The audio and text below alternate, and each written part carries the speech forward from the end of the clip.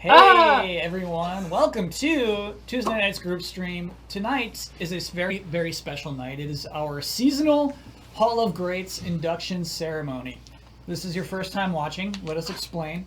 The Easy Allies tend to disagree on which games particularly are actually the greats. And so the only way to settle that, for us to all come to some sort of agreement, is in Smash. But then that gets heated, and then the second part of the phase is this, the Hall of Greats, in which each Easy Ally nominates one game that they believe to be a great. They get 5 minutes to make a case. They can do a PowerPoint presentation. They can simply talk to you. They can make a video. Spoilers.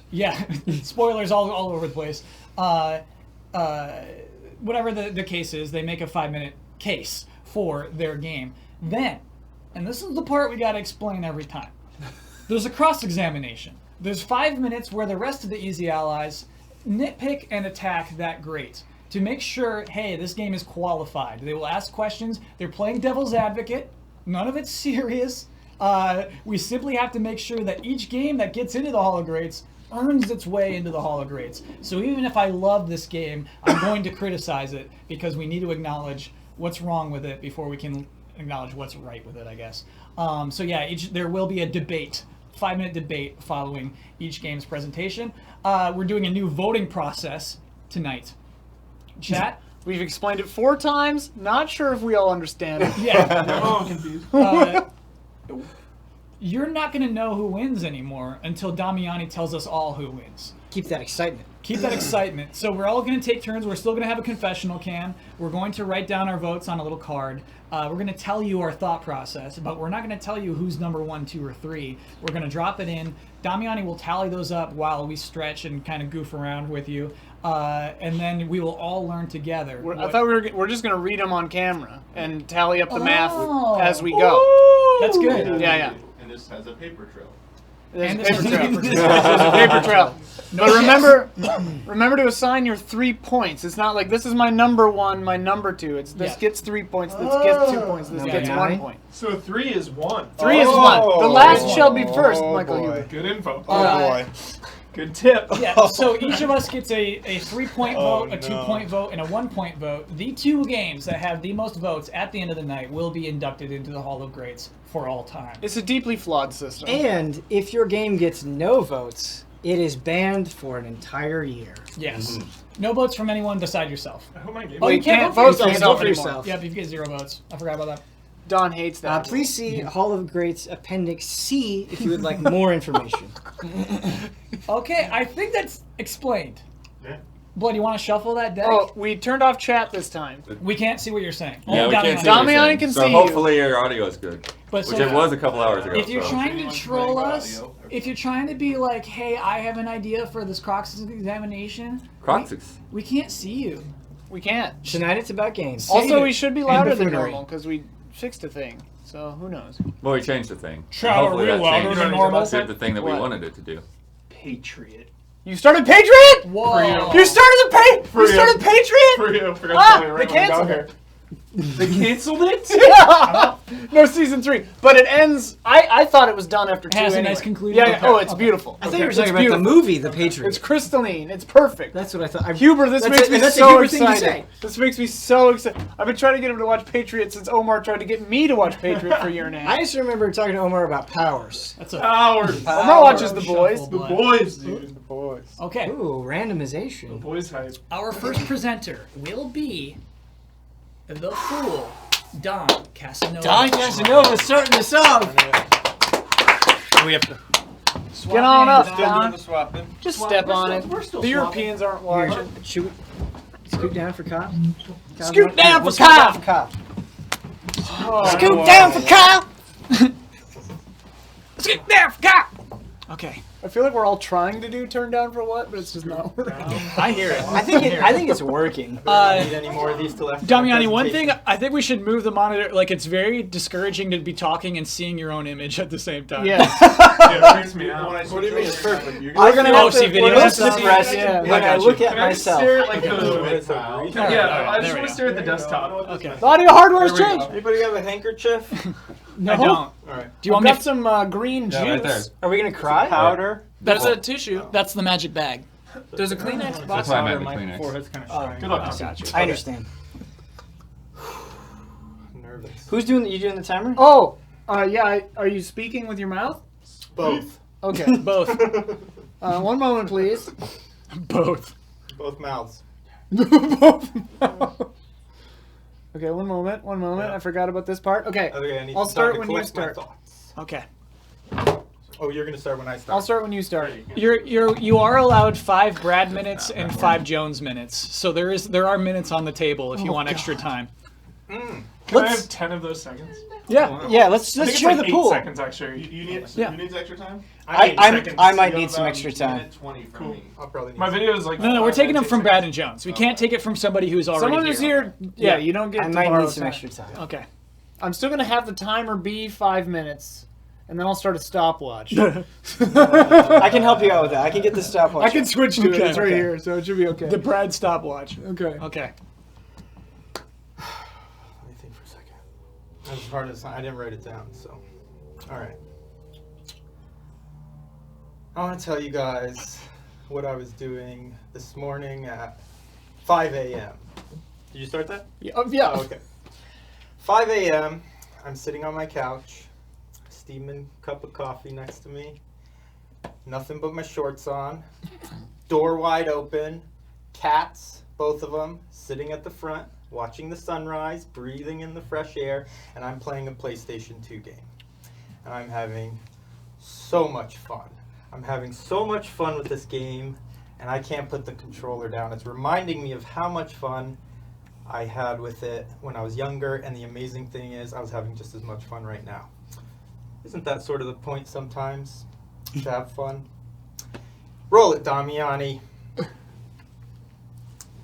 The game I was playing is Burnout 3 Takedown. Okay? Now, here's the thing about this game this time.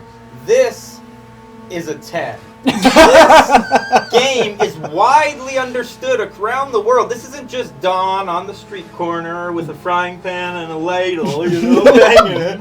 This is widely recognized as a great game, okay? So, let me tell you why it's so wonderful.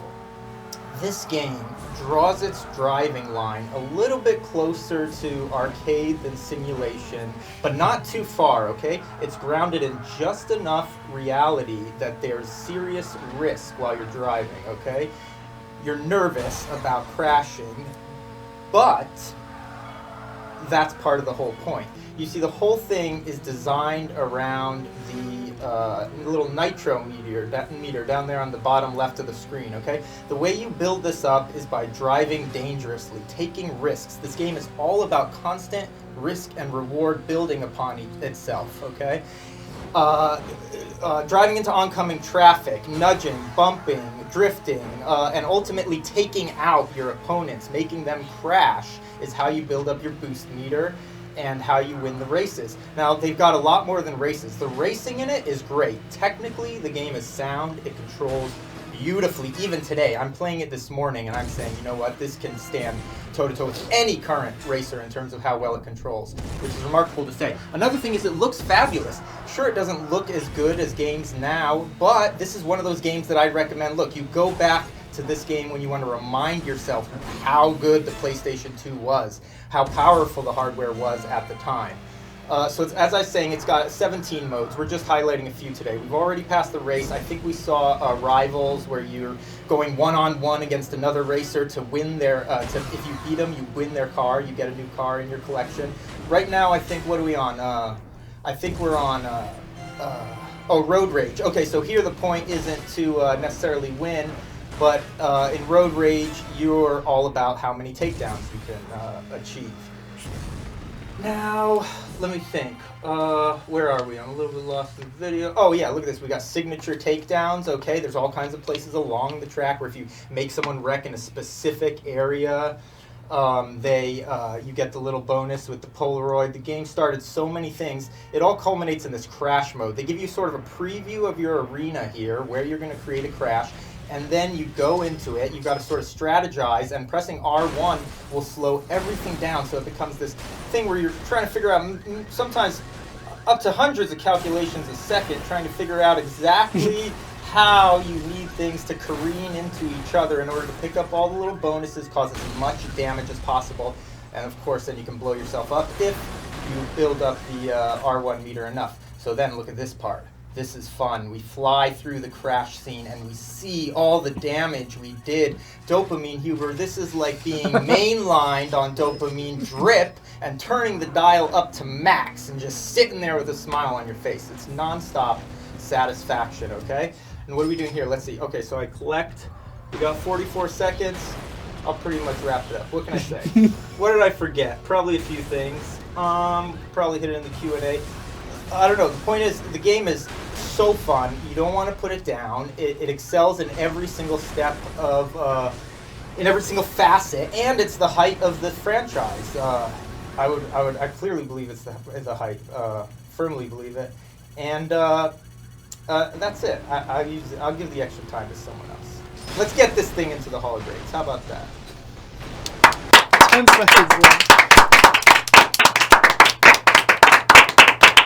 Vigu. Just to be very clear, someone in attendance cannot give their time Right. to anyone else. Oh. And we don't That's need a to yellow write. card, Don. You've been warned. I'll We take don't it. need to write down the things people say because we'll have that when we're doing the confessional, right? The list will be on the TV. Yeah, Damiani Okay. will have it. Okay, cool. He already has it. There we go. Literally Oh yeah. Yeah. Okay, cool. Thanks, I Damiani. feel like I forgot a couple of important things, but I was really approaching. Oh, Damiani, did you set up mine? You did good. Dom. Mine can be the same as his. Like we I can didn't set it see. up that way, and yours is a full screen video. Oh, okay. Yeah. Is that okay? Yeah, Okay. it Yeah. might be fun to see these guys, but whatever. Yeah. I can change it. Sure. Want me to change it while you're okay? Yeah. While you're doing cross examination, I'll work on that. Thank you. Shall we? Oh yes. We shall. I'll start when you start. Somebody. Don, you talked about at the end there how Burnout 3 was the height of the franchise, of the Burnout franchise, and Burnout 3 was my first Burnout game, and I loved it. But there were Burnout games after that, most notably, I think, like, people talk a lot about Burnout Paradise. It's what recently got remastered. Put Burnout in an open world, and so you can just freely drive around. And so I guess I want to hear more about it being the height of the franchise and why you believe this particular Burnout entry, amongst all of them, deserves to be in the Hall of Greats. I'll talk about the post because it was clearly, I think, an ascension to Burnout 3, and then I'll describe the games after that. I think Revenge came after that. Yeah. I believe. And the critical mistake Burnout made after Part 3 is they added a feature to the boost meter which essentially made you impervious to damage when you're boosting. So any cross traffic you hit, you would just fling it forward and create these giant wrecks, but it pretty much removed almost all of that risk part of the equation. So it immediately took away the stakes, and it wasn't very fun. Burnout Paradise had sort of the same issue, but also moving it to the open world, it just didn't quite fit, I didn't think, with the point of what Burnout was, because it's like they were sort of shifting it to be like, now it's about exploring the world and driving around and having fun in this open city, but it wasn't the same kind of satisfaction you found from the races earlier where you're like a specific circuit, I mean, you'd still start basically races all over the open world, so they had events everywhere, but it just lost the same kind of, it seemed like they shift the focus to make it more about an open world driving game where there are events, as opposed to the focus wasn't as heavy on the combat racing, and the risk was not as high as it used to be when everything was a threat to you. It's like you had to drive perfect. Don, in the racing genre, one of the things that's most important to me is unlocking new cars, unlocking new tracks. Yeah. How's that work in this game? So that's wonderful. The great thing about this game is it has, I think something like over 70 tracks. There's a huge amount of variety in the landscape, a huge amount of variety in the crash events. They've got 17 modes, as I mentioned, but the crash events we were seeing were some of the earliest ones in the game. So you can imagine they get far, far more complicated, and they cover, huge swaths of the city that you're damaging with these crazy domino effect type crashes if you can hit them right. Unlocking the cars, it's got tons of cars, and you unlock them various ways by beating events. They have the rival race where if you beat the other racer, you win their car. And The one criticism that you could lay on it is that it doesn't have a wide variety of customization for the cars. It's like you're basically just able to paint them for the most part, from what I remember. But it's really not critical to the. It's not meaningful. Is there a big truck? Oh yeah, there's a bunch of trucks. There's like everything: fire engines, dump trucks, buses. There's specialty vehicles. There's like all Subarus, all-wheel drives, compacts, all kinds of stuff. So it's like everything you could want to crash. Don, in the racing genre, and I think particularly in Burnout, especially when it's about aggression, it's about those exciting moments where you're just seeing cars blow up and flip over.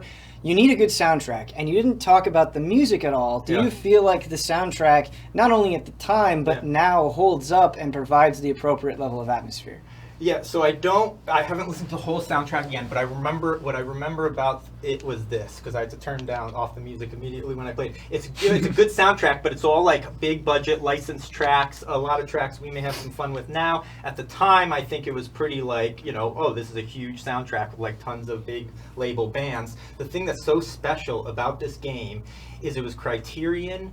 It was like, the thing I would compare it to is when you have a band, and the band is like at the height of their creativity, and they just get signed by a major studio, and they've got enough of their own creative control going into it still that they get those production values layered onto it, and it's just like that perfect pure studio album. Usually every great band has one before it sort of becomes too much studio. That's what this was. This was Criterion with EA for the first time on part 3, and they got to do it their way, and it's like that's the effect. And so that's just related to the music. The soundtrack is like all licensed, major label acts.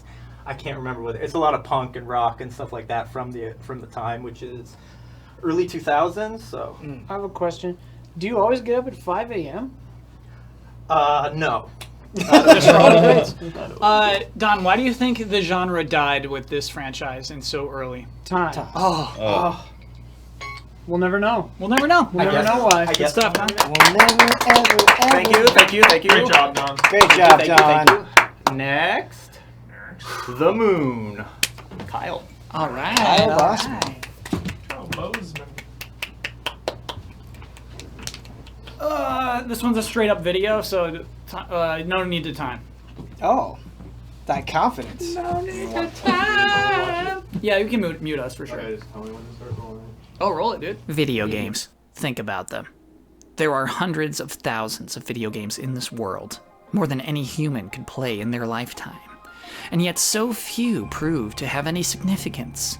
To be a great, one must change the world around it. A great must be a leader, not a follower. A great must be the definition of great. Easy allies for your Hall of Greats consideration. Halo, Combat Evolved. A great definer.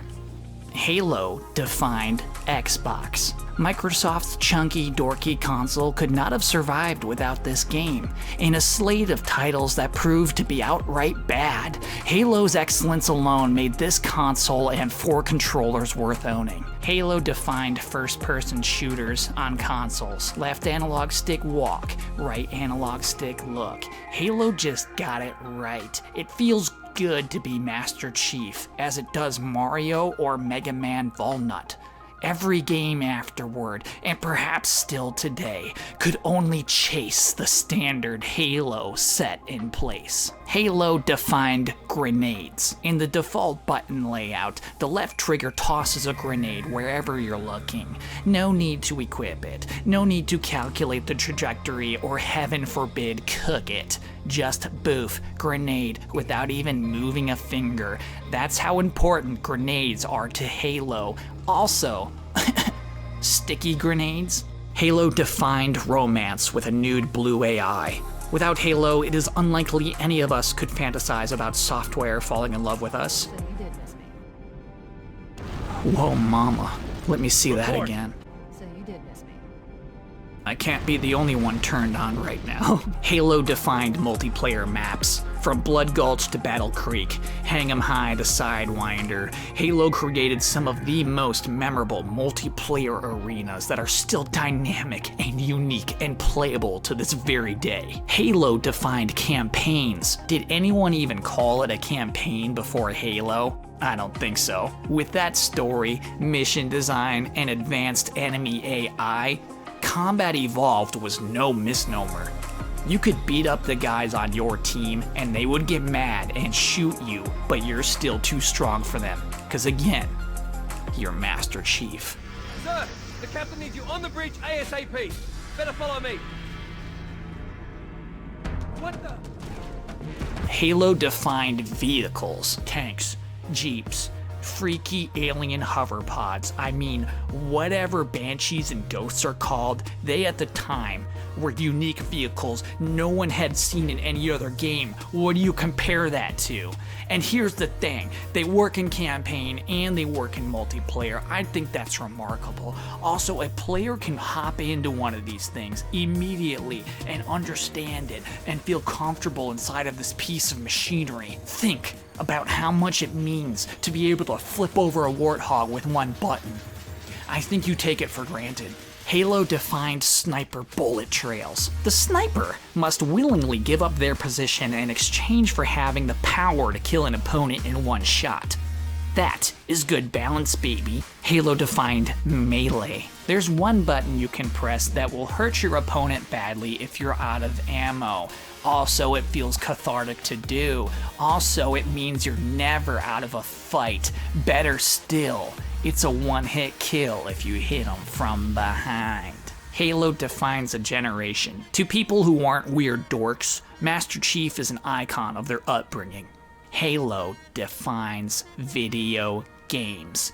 Exemplary campaign, exemplary multiplayer, it has an all-star protagonist and controls that have never aged. It is just a quintessential video game. Dear allies, I ask that you vote accordingly. If you're still not convinced, let me just show you some gameplay. What the hell are you doing? Security to the bridge. The Master Chief has gone rampant. Take him down, boys.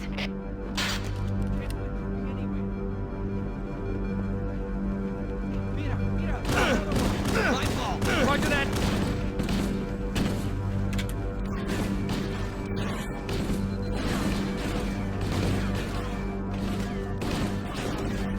Like that? Keep it up. Does anyone see him? Lost him. Damn, he got away.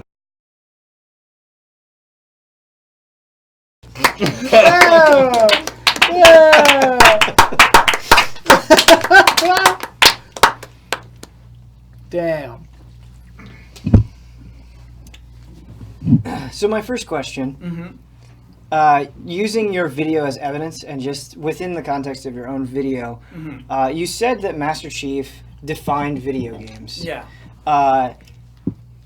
Based on your video, it seems like Master Chief is kind of this like murderous dickhead who hurts his own side. Is that really how we want to define video games? Is that appropriate? That is not appropriate, but Master Chief can be whatever you want him to be. He can follow orders. You know what I mean? Nobody forced you to go and hit that guy, Mr. Keys. Do you shoot anything that isn't a human? You do. Okay. There's I think like half a second of shooting some grunts in there. You do shoot grunts, you do shoot elites, and of course you shoot the Flood. I really like to buy like skins and dances and things like that. What kind of things can I buy in Halo Combat Evolved after? So here's the thing that I actually really like about Halo, sincerely, Blood, is that there are so many colors you can make your character in multiplayer. Black and white, pink, purple, gray, teal. Salmon is one of the colors. Blood, all those are free. Can I get an afro? You cannot get an afro. Kyle, go ahead. For real though, you talk about just Master Chief and this like campaign, but can you tell me what makes the campaign and the story and Master Chief special? For sure. So Master Chief, I think, is genuinely a fun video game character to be. Like, his jump feels good. It feels good to be at his height. It feels good to not take fall damage. It just feels, you feel like you're strong and fast as this character. The jump makes no sense. It's lofty, but it feels good video game mechanically wise. The campaign, Huber, I think is a fun place to utilize Master Chief in terms of level design. In terms of sometimes, very rarely, it's a very open level where you decide to attack it from anywhere you want. The campaign, though, I think it's so cool that, I mean, the game could have just been that, and I think a lot of games at the time are that, or multiplayer, obviously GoldenEye, another huge exception. But I think the campaign, at its time, is mature. Is like, oh, this game doesn't have stupid holes. This game treats me at least like somebody who is interested in science fiction or telling a fine story. And just it escalates, man. It finds new twists and interesting ways and increasingly elaborates upon itself, increasingly gets more interesting and more intense as it goes on. Bouncing off that idea with the story, Kyle, I totally agree with you, especially at the time. The consistency with Halo, with which Halo comes back to its story. I mean, it's telling a story from beginning to end. It's not just like setting up an introduction and then not worried really much about its story at all. Like, it does have a strong focus on story, but Halo is interesting because now, like, it launched this whole mythos. And now just like the Halo universe is so dense. There's a lot in it. And so do you think just in isolation, if a new person were to go to Halo and to that story and the introduction of the Covenant and the introduction of the Flood and the introduction of Master Chief and Cortana, do you think those characters can stand up on their own without anything else for somebody who's playing it for the first time? I will say this, Ben. They are charming today as opposed to, interesting, literature-wise, just in writing. Sure. No, that exchange that I saw between Master Chief and Cortana is stilted and goofy, but simple in a way that, I don't know, when we talk about other grades, like Ocarina of Time is simple, dialogue is simple. Mm-hmm. It is simple in Halo, but it's not offensive, it's not stupid. It is, you see the steps, you see the half step that we're taking toward more mature narratives. But no, I would not say it holds up narratively in terms of depth. Kyle, Halo came out at a time where like, I don't think competitive balance was like as much a part of the conversation as it is now. Like esports weren't really a thing then like they are now, and balance is not something I really associate with Halo 1. Like you can just wreck shop with that basic pistol. Do you think that is a concern for like the longevity of your enjoyment of Halo, or is that something that you appreciate about it? I want to talk about the handgun because I think it is a high skill weapon, which I really like. It's your secondary weapon. I mean, most people have the assault rifle and just like shoot each other, and that's what I truly like about it, Ben.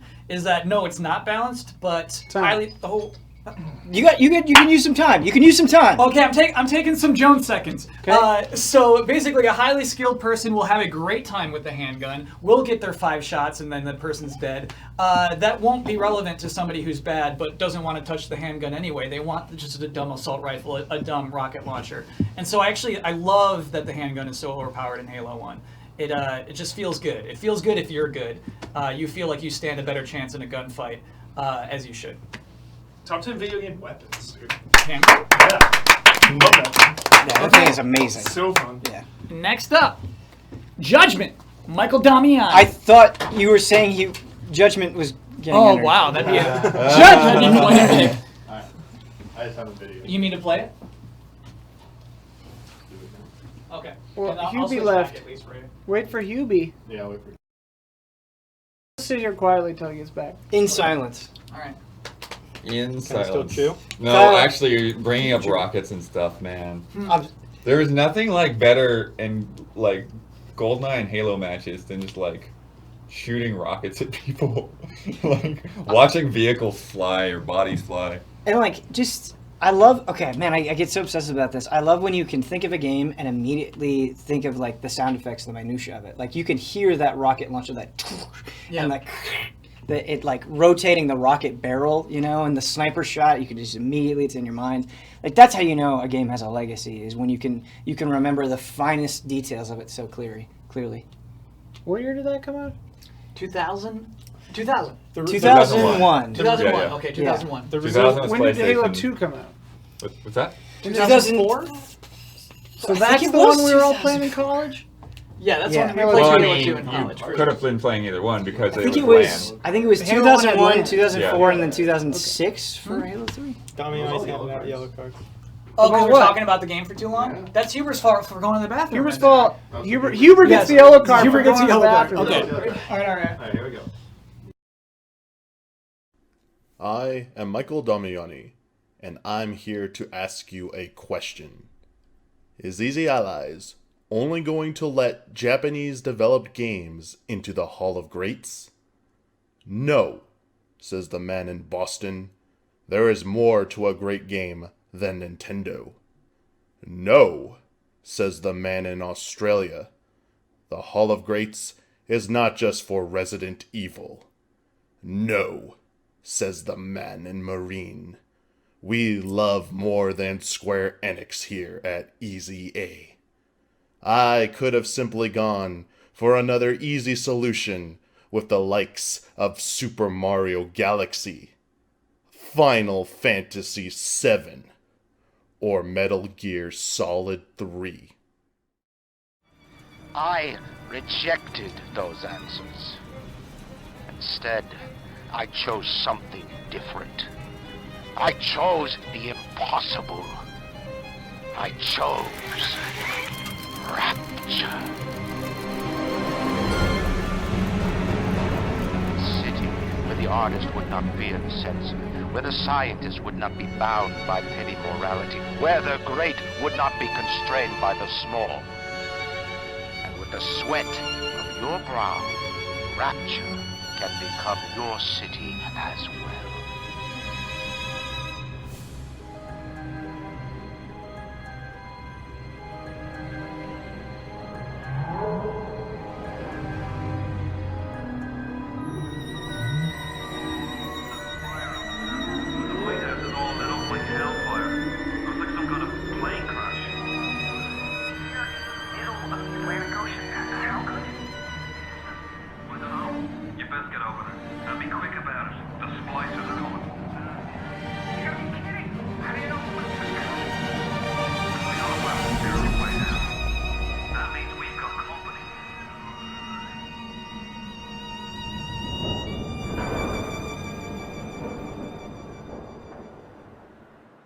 Welcome to Rapture, one of the best settings in any video game.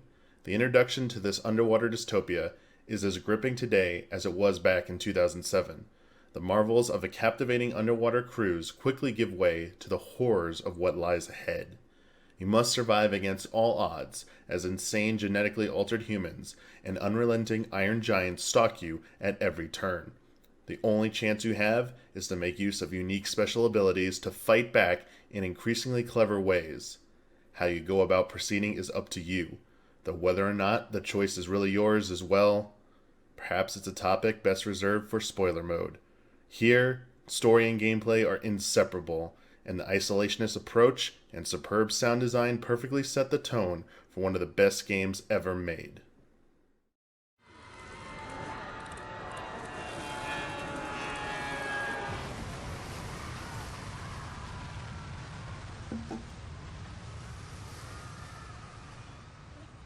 Now, would you kindly vote Bioshock into the Hall of Greats? Love it. Love it. Bravo. Bravo. So good. So good. Very well conceptualized. There you go. Kyle, I feel like you have to be over here for this. You're the only one who hates this game. Oh my gosh, Okay, he's gonna be alright. on that mic. There's just one part of. Can I go? Sorry. Yeah, go for it. There's just one part of Bioshock that I don't think holds up very well, and to me, that's the combat. Yep. Damiani, sell me on the combat, especially the melee stuff. Yeah, so that's the thing, Huber. When I play through Bioshock, I actually rely more on the plasmid stuff. It's really hard to think back to the first playthrough when I did use a lot of melee, like running low on stuff and having to go like hand in hand, or just like using a traditional gun.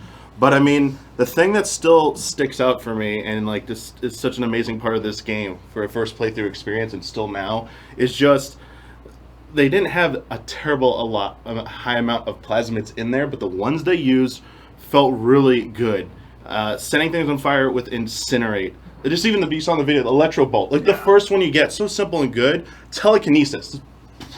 Boom. Like so good to do that. Even the bees. I mean, the bees were like freaking shown in like all the trailers, but just using it even as like distraction. Then they had like situational stuff like the Big Daddy one as well, because going up against those, like you had two. Like here's the thing, Huber, you had two combat situations, dealing with splicers and all the things that went with them, and then dealing with Big Daddies and stuff, and just what about the boss fights? You forgot one.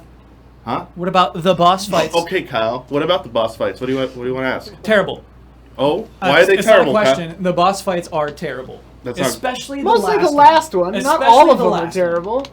And I think, Damiani, it was unfair to say that's left for spoiler mode. Spoilers are on, and I think you're combing over the worst element of this game, which is the ending.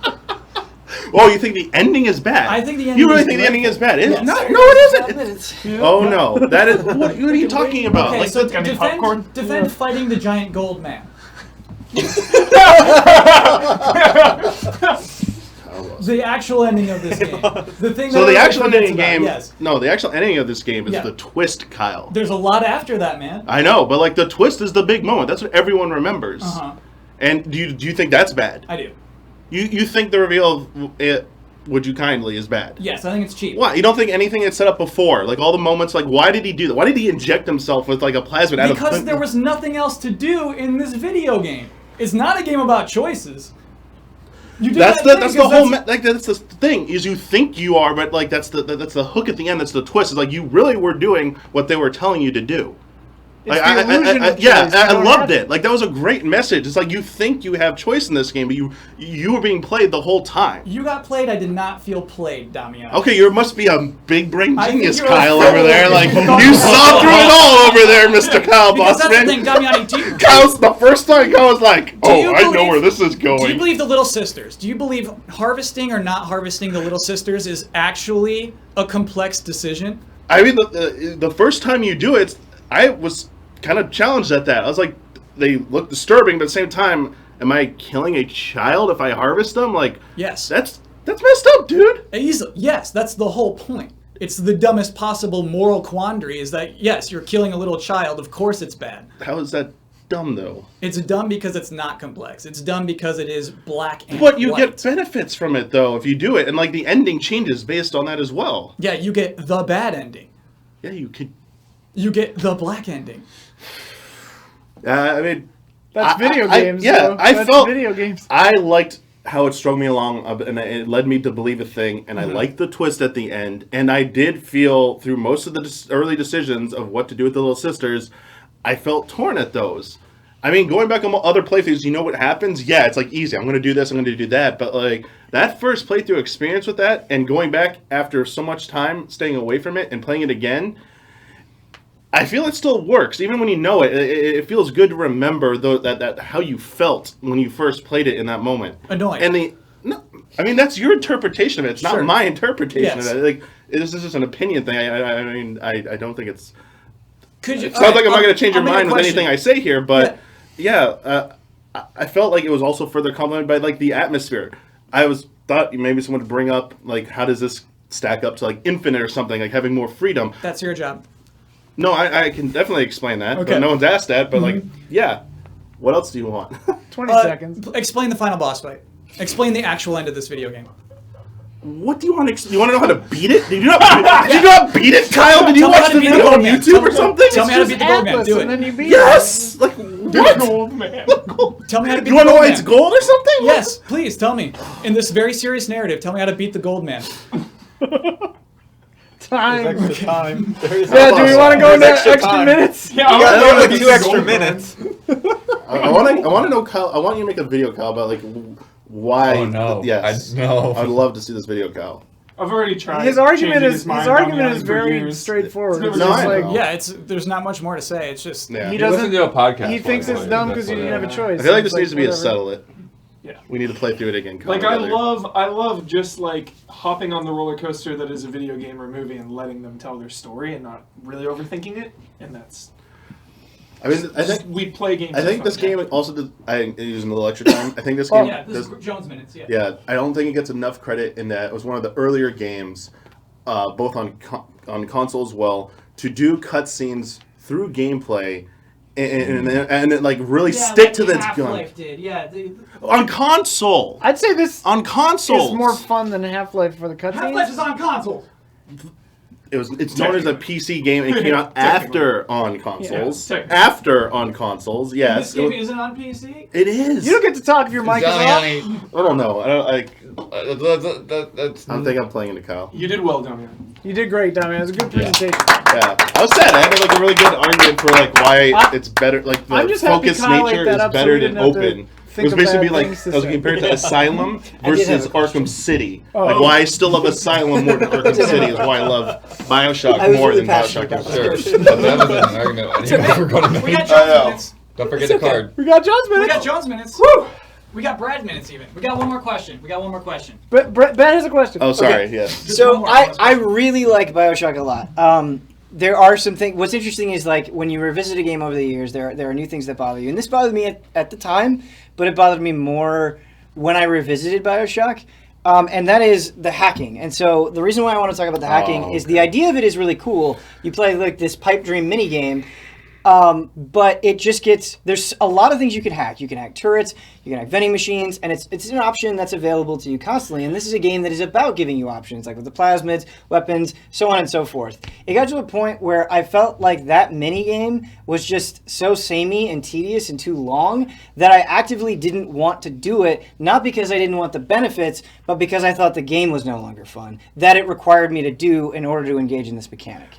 Yeah, that's pretty hard to defend against, Ben, honestly. I think they had a good conceptual idea there, and it just grates after a certain point. I do get that. And it's not the only game that does it. There's been like lots of games that try and do like lock picking, stuff like that, like hacking, and some do it well. Even the ones that do it very well, eventually something is repetitive of that, doing it so many times in a game, it kind of, I don't feel like any of them spend enough time on it to make it like the most, unless the game is about hacking, it's not going to be the most compelling gameplay element. And I think early on it was nice, it was good, but like going back on repeat playthroughs, and as you get towards the end of the game, it's just, I get that. But yeah, I mean, it's probably like, to me, that's like one of the weakest parts of the game when I go back and play. It's like, oh yeah, like there's this thing, and yeah, I mean, I don't think any game is perfect, but I honestly, my best defense against it is saying that there's so much else in this game that's done well, and it's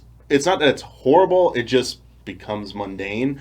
And it's something that I can kind of forgive them for doing that, because every other part of this game is done so well. Yeah. Every other part. Got it. Except for the gold man, because Kyle's convinced me that the gold man part is... Yeah, I'll have to get you a mod for that, Kyle. I mean, the rest of the game could be great without the gold man being good. Yeah, I know. It doesn't really matter. It's like saying like a book can be great, but if the ending sucks, it's okay. But like...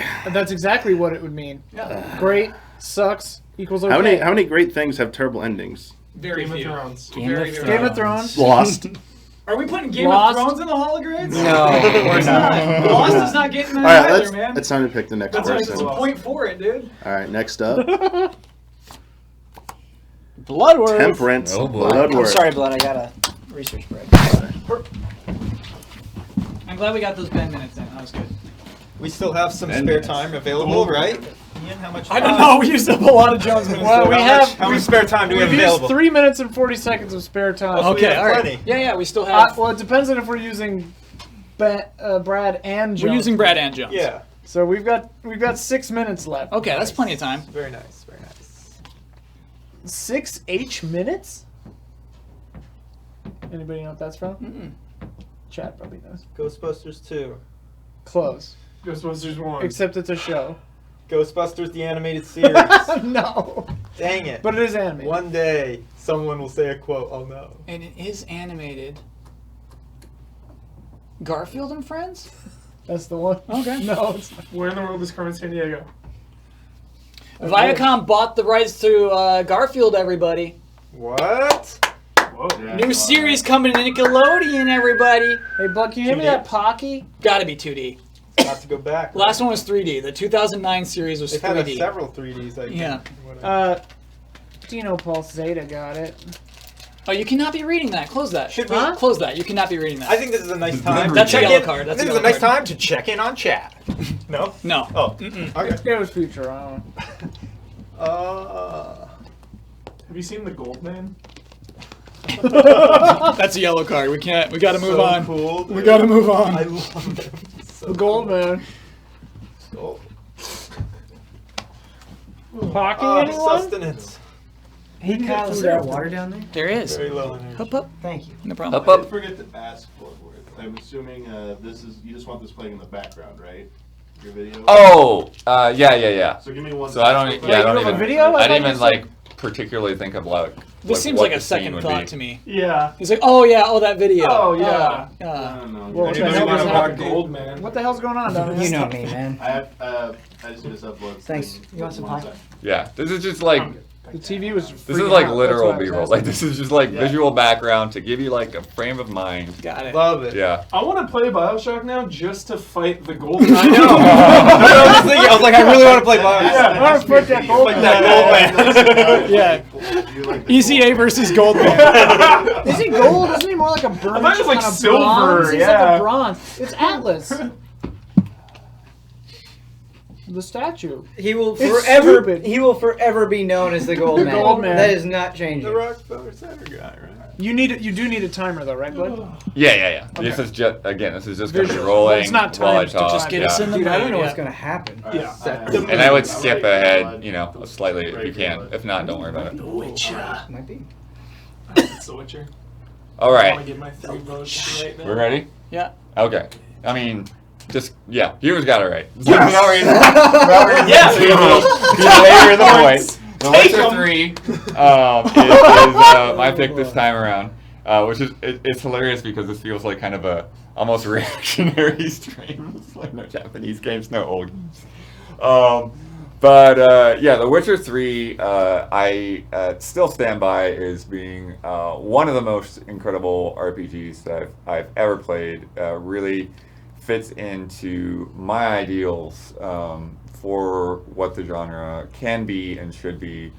I think that it is an incredibly interesting and blend of there's all this fantasy and magic and everything, but it's still grounded in a way that feels believable and kind of dark and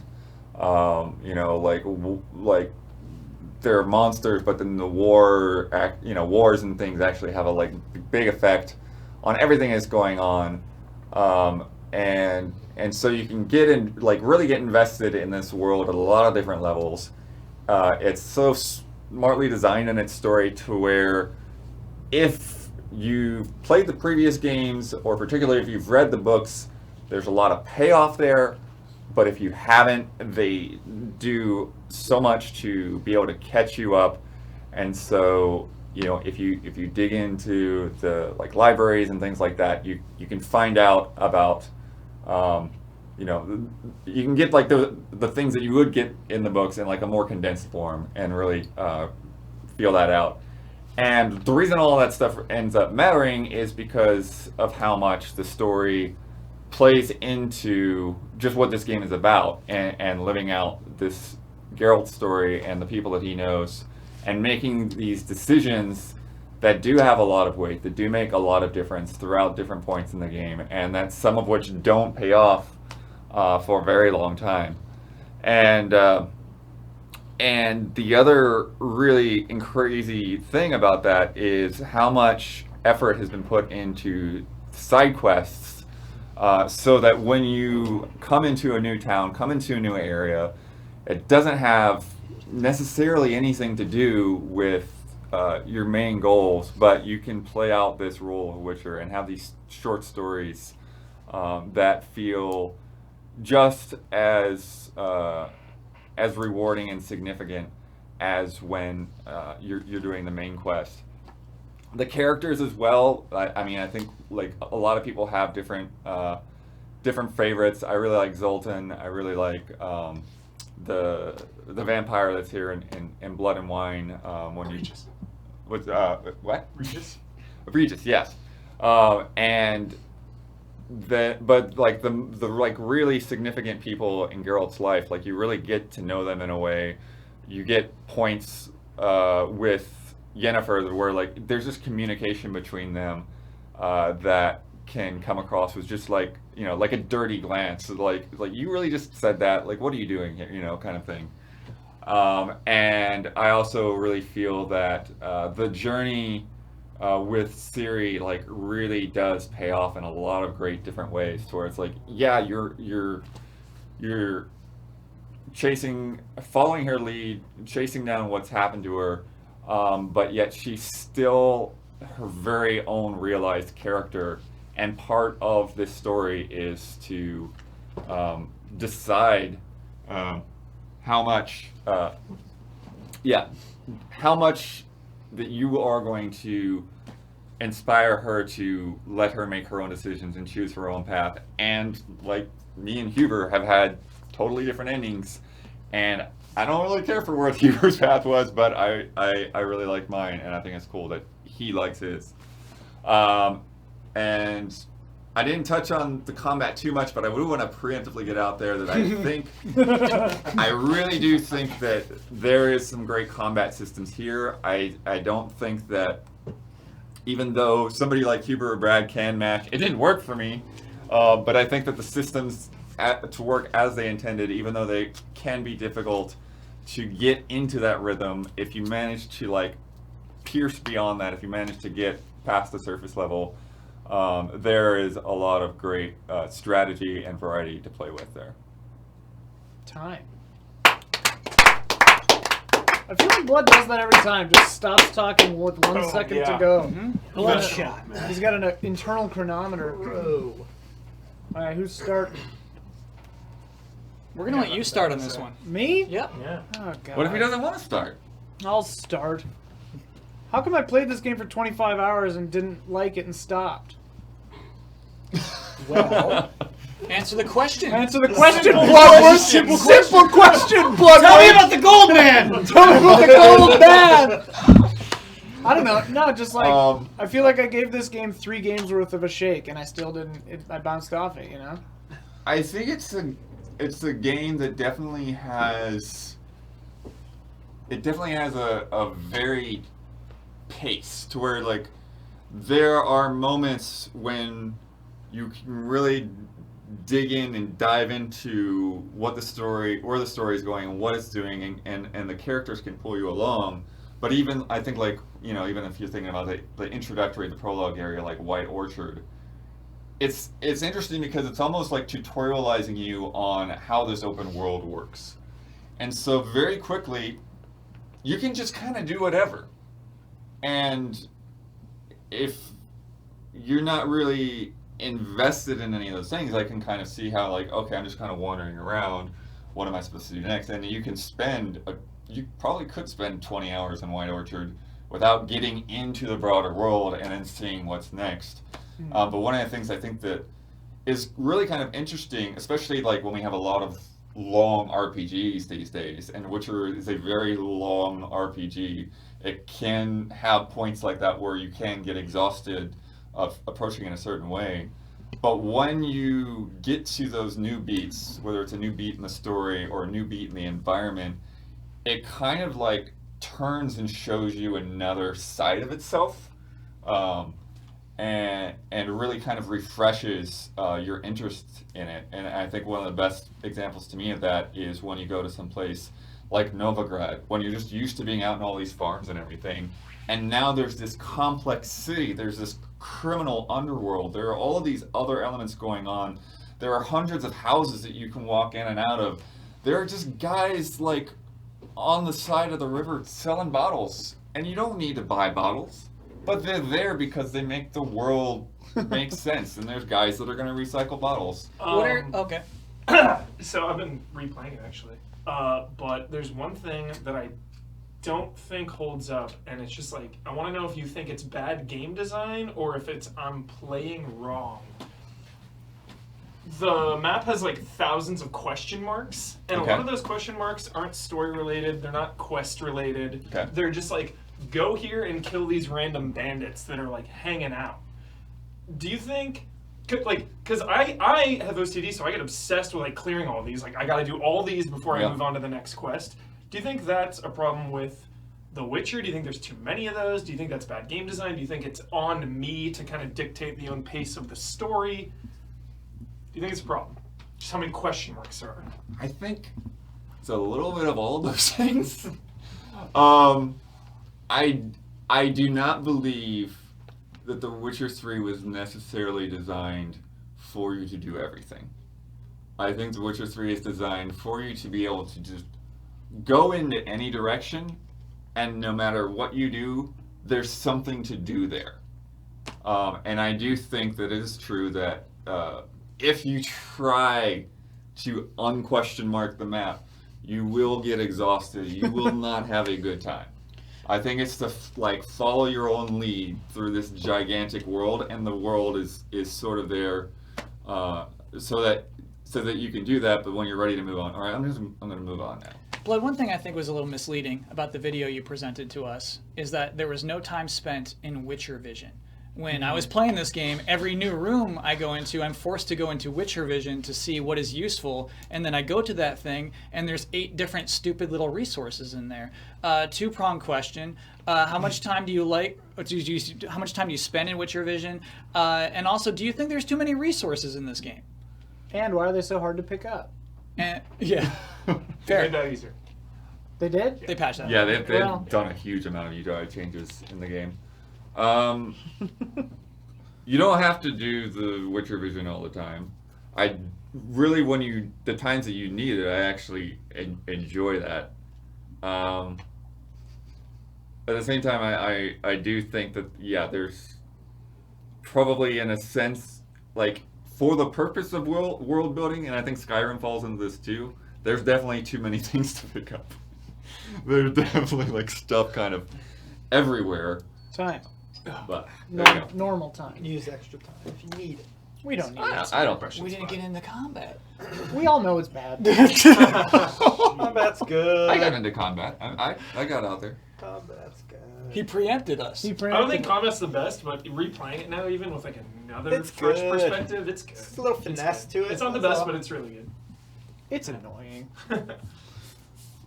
You gotta click on all these things and prepare things. I'd say that was like 5 Brad seconds. I timed it when you started talking. I started the timer. Oh yeah. So when is it Huber still was, timing? Or I stopped it when you stopped talking. You know, it's okay. It's okay. Okay. Well, no. Now we all want to know what Ben's question was. I want to know what Huber's play style was that Blood hated too. Oh yeah. Let's use some minutes on that too. Just a different ending. Oh, it wasn't the ending that he was talking about. It was when you and Brad were just Quinn. like light hit constantly. It's partly partly true. Yeah. What was Ben's question?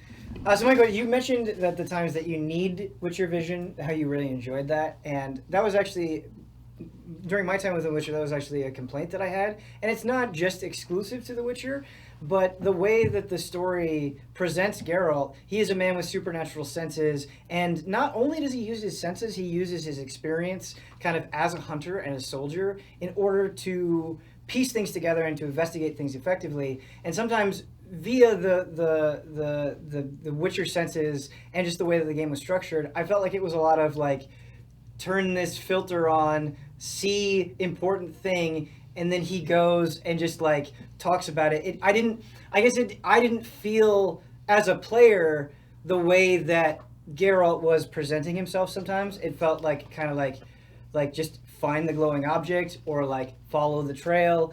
It felt a little bit video gamey in a way that I think kind of betrayed the character they were trying to present. And I wanted to know if that was an issue for you.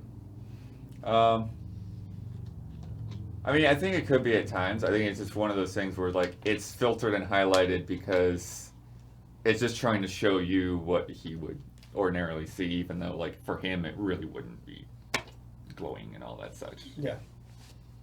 That was it. That was my question. Yeah, I feel like for the objectives, it's like that. But then the nuance really comes with, like, the conversations and the way you handle those, you know? Mm-hmm. But yeah, like, finding something, like, grab the yellow item. Yeah. It's in. It's in. It's my turn to go to the research. Okay. Dude, I want to be in the back for this. I don't know what's gonna happen. Yeah, are we in the splash zone? I really like Brad minutes and Jones minutes. Green seats. Getting a little extra time is actually kind of nice. Dude, I might need to lean into those. I guess because there's audio, the mics will have to be off. But you set it up so that we see these guys, right? Yeah, see you. Okay, yeah. So you don't want to be heard though? I mean, it would just be echoey. It'd be very, it wouldn't sound right. I just thought of that a second ago. Yeah, well, in the past, the last time we used minutes, we were discussing, it was to extend the presentation part, not the questioning part. Yeah, but I think a lot of times we're like, ooh, I want to hear more, you know what I mean? And I think even like as an audience member, it's like, it's kind of nice. That's why I told you we should have the winners come each time someone gets either the first Are you on the mic? You got number 5 turned on? Yeah, get that Turn your sound mic on, Damiani. Or come back here. Damiani is proposing a new method for Hall of Greats. Here we go. Tell me about the Goldman. Either the two people who get their games in, or the highest voted game presenter, the following Hall of Greats, they take over my responsibility as the person who knows all of your picks. Mm-hmm. And that means there's only going to be 8 presentations. It means you can each maybe get like 1 minute more by default on your presentation and cross-examination. That person would be responsible for bringing hard-hitting questions because they can know what your game is, and they could look. It's their right and responsibility to look up what were the biggest criticisms, and if they feel a game is not. You're in the situation room, dude. Wolf Blitzer. And if it wasn't it wasn't someone asking me like the Goldman. It's a lot of pressure to put on one person, man. It's a lot of research, dude. Like I'll tell you. But you don't have to make a video anymore. You're not presenting, so like that's your only responsibility. So it's only. It'd be half as long. So your only responsibility people. is doing research for 8 different games and then coming up with cross-examinations for them. Yeah. What? Like a hard-hitting question. I reject this proposal. I liked where it started, Damiani. I did like where we started. Is there anywhere left for me to be on? Oh, I'm gonna move. Damiani's going back over Yeah. there. Showtime. We're booting Damiani back. I want to see Damiani fight the Goldman so badly. I want a video to easy allies. Sad, like, I feel like they kill it so fast, I'll be like, see? You were so easy. There was no tension in that fight. I want the title to be it's Goldman an easy fight I with know. commentary. It's an easy fight. It's like a victory lap. The point of the end of that game.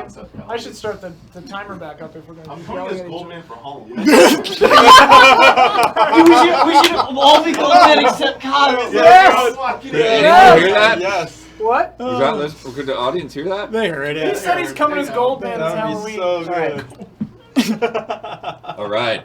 All right. Hard part's over. Let's do this. Oh, Hard part's over. Hard part's over. For you. Yeah, I know. okay. Make sure it's loud for us. Oh boy. Not too loud. Right, just tell me why. Go for it. At times I would have sworn that 10 different development teams all worked on different parts of the game at the same time in secret from each other. Game evolution. There is just so much in the game that requires absolute blind luck and total coincidence for players to even stumble upon it, the gamer.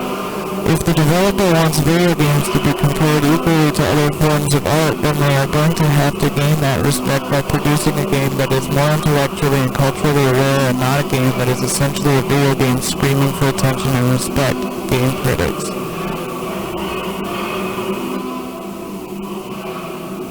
Within the game's relatively small collection of playable characters, several feel tacked on, the gamer. I think the story sucks. Not Jack. Even the plot holes have plot holes. The gamer. Like it or not, this is an anime game. Game evolution.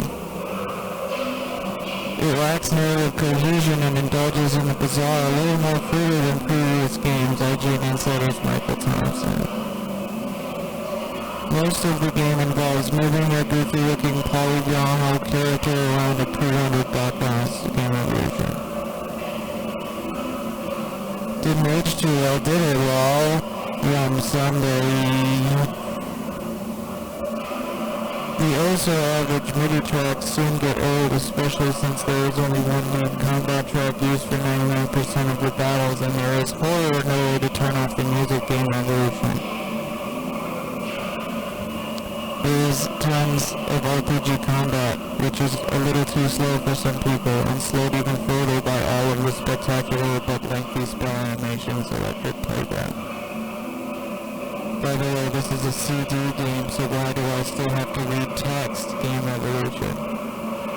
The one drawback, in my opinion, would be the replay value, as many people would find it pointless to replay the entire game just for a few secrets, since the story is the main reason to play a game like this, Gaming masks. Speaking of the linear plot, the story is the weakest part, Game Evolution. I swear the discs have no protective coating and have the tensile strength of ice cakes, so they crack easily, fists for fish. There are awkward sentences, this guy I said, copious misuses of apostrophes, and flat-out spelling errors that you never have to play for more than 30 or a half hour or so without seeing another. It all feels like a first draft to the gamer. Anyone want some drugs? Game Evolution. The random battles just happen way too often in the game, It can't make up its mind what kind of epic it is going to be. There are too many ideas all randomly smashed together. Game Evolution. Once the PS1 was decided on, too much work had already been done on certain aspects of the game to change them. The result are in-world characters that resembled how 3D models looked in the SNES, which jarringly transitioned into better-looking versions of those same characters for battles and half the cutscenes. It's like switching between their child and adult versions of the gamer. Its frustrating incoherence will make many people cringe and put the game aside before they have even finished. Game Evolution. As the summon animations stretched beyond the 1 minute mark, it just got to be too much to watch them again and again and again. The gamer. Pre-rendered backgrounds were necessary in the 90s as a way to have gorgeous quote-unquote 3D environments. The problem is that actually interacting with them could be a pain. Between not knowing what is or isn't a navigable platform and getting in just the right spot to open a door or jump under, having to wait for a meter to fill before you could make the next move had the side effect of significantly slowing battles down, especially easier battles that would have otherwise been over in 15 seconds. And coupled with the frequency of the random battles, these hurt the game's pacing a lot of the time, especially when you just wanted to explore the game. The summons, the active time battle system, letting you customize characters any way you want without being confined by classes, main characters perishing, strong females, psychopathic world-destroying villains, airships. Final Fantasy VII is so revolutionary. Well, not quite. Every single thing listed in that previous paragraph was introduced in a previous Final Fantasy game, and in some cases done better. It just wasn't presented with the same level of flash, so 75% of Final Fantasy VII's audience was only just seeing it for the first time. Final Fantasy VII was definitely groundbreaking, just not in as many ways as people think the gamer.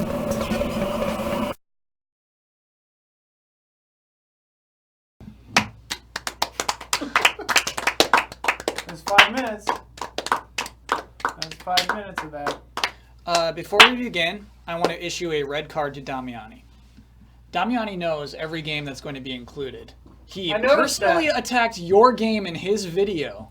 That's a red card, dude. That's not right. Wait, what? I'm okay with it. You did. No. I would argue this is wasting time. But It was the gold man. This is not time. We have extra Final time. Fantasy VII is probably accepted by the public at large as a game that would be expected to be nominated at some point. We have rules about this. You can't just attack someone else. Turn your damn mic on! You cannot attack someone else's It had nothing proposition. to do with Ian picking it. Okay. Absolutely did not. Okay. All right. I don't think it's right. Counts as rebuttal. No, this is establishing rules. Okay.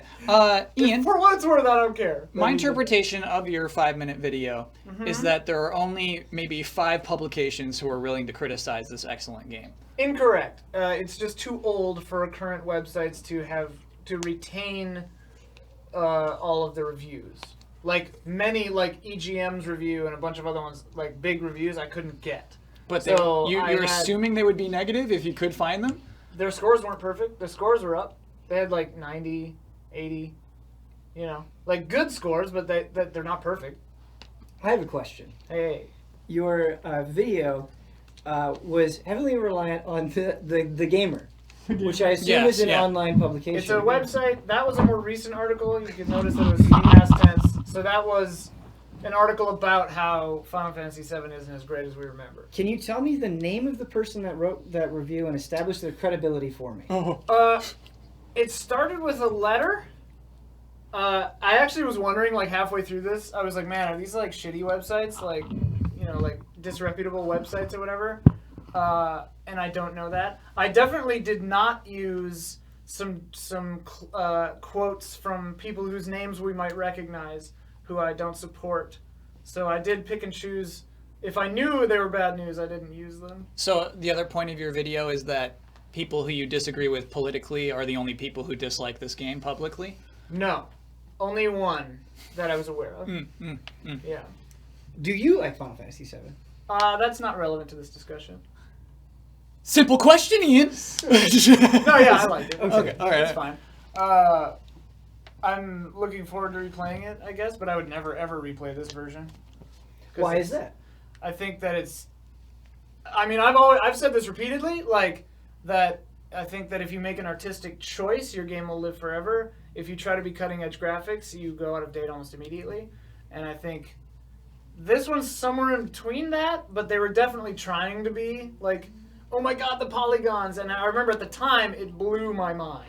I was, like, brought to like, tears by this game. And, like, the graphics were a part of that. But, like, you know, it's like Phantom Menace. Like, 6 months later, you're like, oh. So was this a filibuster designed to not let somebody else pick Final Fantasy VII, or do you actually want it in the Hall of Greats? This is no to the first pack. No to the first for the first question. I guess it remains to be seen what you guys do. What happens to this? But what do you want? No matter what happens, I win. What are your demands? What are your demands? Artistic question. This is my interpretation.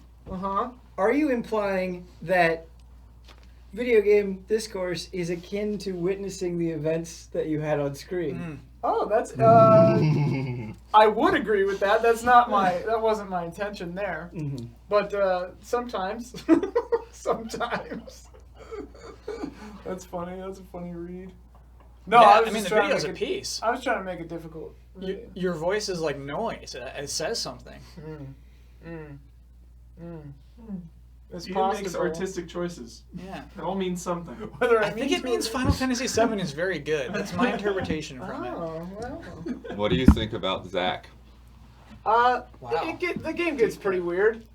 The game gets pretty weird. I think that that's something I'm curious about in the remake. If they're going to play the story the same way, I wonder how modern audiences who did not play 7 originally are going to take that kind of stuff. I don't, because since there's a remake coming, I don't super want to spoil it, but I mean, I guess I could. But, like, that part of the game gets really weird. And I think people forget how weird this game gets. Weird in a good way, like your video. Weird in a, it's not a bad thing, but I do think it's like, I remember being, as a kid, like, really confused as to what was going on. How many sandwiches are you able to make during Sephiroth's attack? Probably at least like one. Yeah, that I remember as a kid, I was like, okay, I'm ready to be able to skip the Knights of the Round animation or whatever. You know, like they're awesome at first, but never skip Omnislash, right? Right. Yeah. Yeah. Based on your research for this presentation, would you recommend going to the Gamer or Game Revolution for video game reviews and commentary? The Gamer didn't seem too bad. I don't know. I only read this. I don't know anything about it. Yeah. Time, unless we need more minutes. I have no further questions. I rest my case. And I'm sorry. Okay, that was great. The only apology needs to come from Damiani. Oh boy. Oh boy. Ben, bail us out. Ben! Dude, I swear I'm always first or last. It's crazy. It is. Does seem. Oh, wait, we can just stay where we were. That's what I was Can I? thinking. Yeah. Yeah, No, I appreciate that. I I appreciate that. forgot Ben hadn't gone. I appreciate that. My presentation does not feature instincts. What's that? All right. What Let happened? me, just for my own purposes. I have one question for you, Ben. Oh. He needs Go to ahead. confirm one thing. Yeah. Remember? Little secret business behind the Confirming the scenes. setup. Yeah. Confirming the I think setup. you're gonna see this, so Oh, don't look. Okay. yeah. Everybody close your eyes. Close your eyes. Okay, and then just go to from beginning, and we should be good. Tell us when And we then can it's gonna open. Be, it's gonna be. It'll be over here. One sec.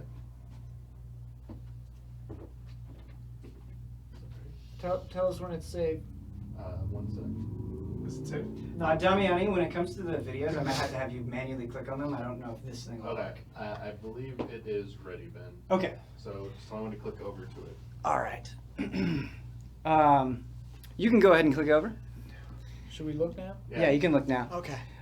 So I always struggle with Hall of Greats because I spend most of my time playing video games. I love a lot of games. I do try to find the best aspects of video games, and sometimes it's hard picking one to bring to you that I think is strong enough to really survive the gauntlet of the Goldman. And it was nice with this Hall of Greats that there was a game that immediately came to me with an intensity of emotion and clarity that I think stands up to cross-examination. I'm just as passionate about it today as I was 19 years ago. And that game is, please work, clicker.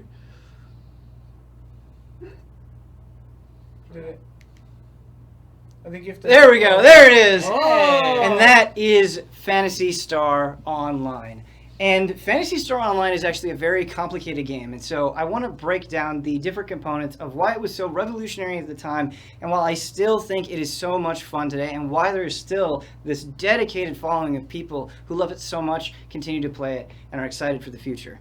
But before we get there, it's something that Kyle talked about way back in the day, and that really resonated with me. I think it is important for any great game to have the right vibe. And before we continue forward, I kind of just want to bask you in the vibes of Phantasy Star Online without words to show you why it's so great. So go ahead and hit that play button, Damiani.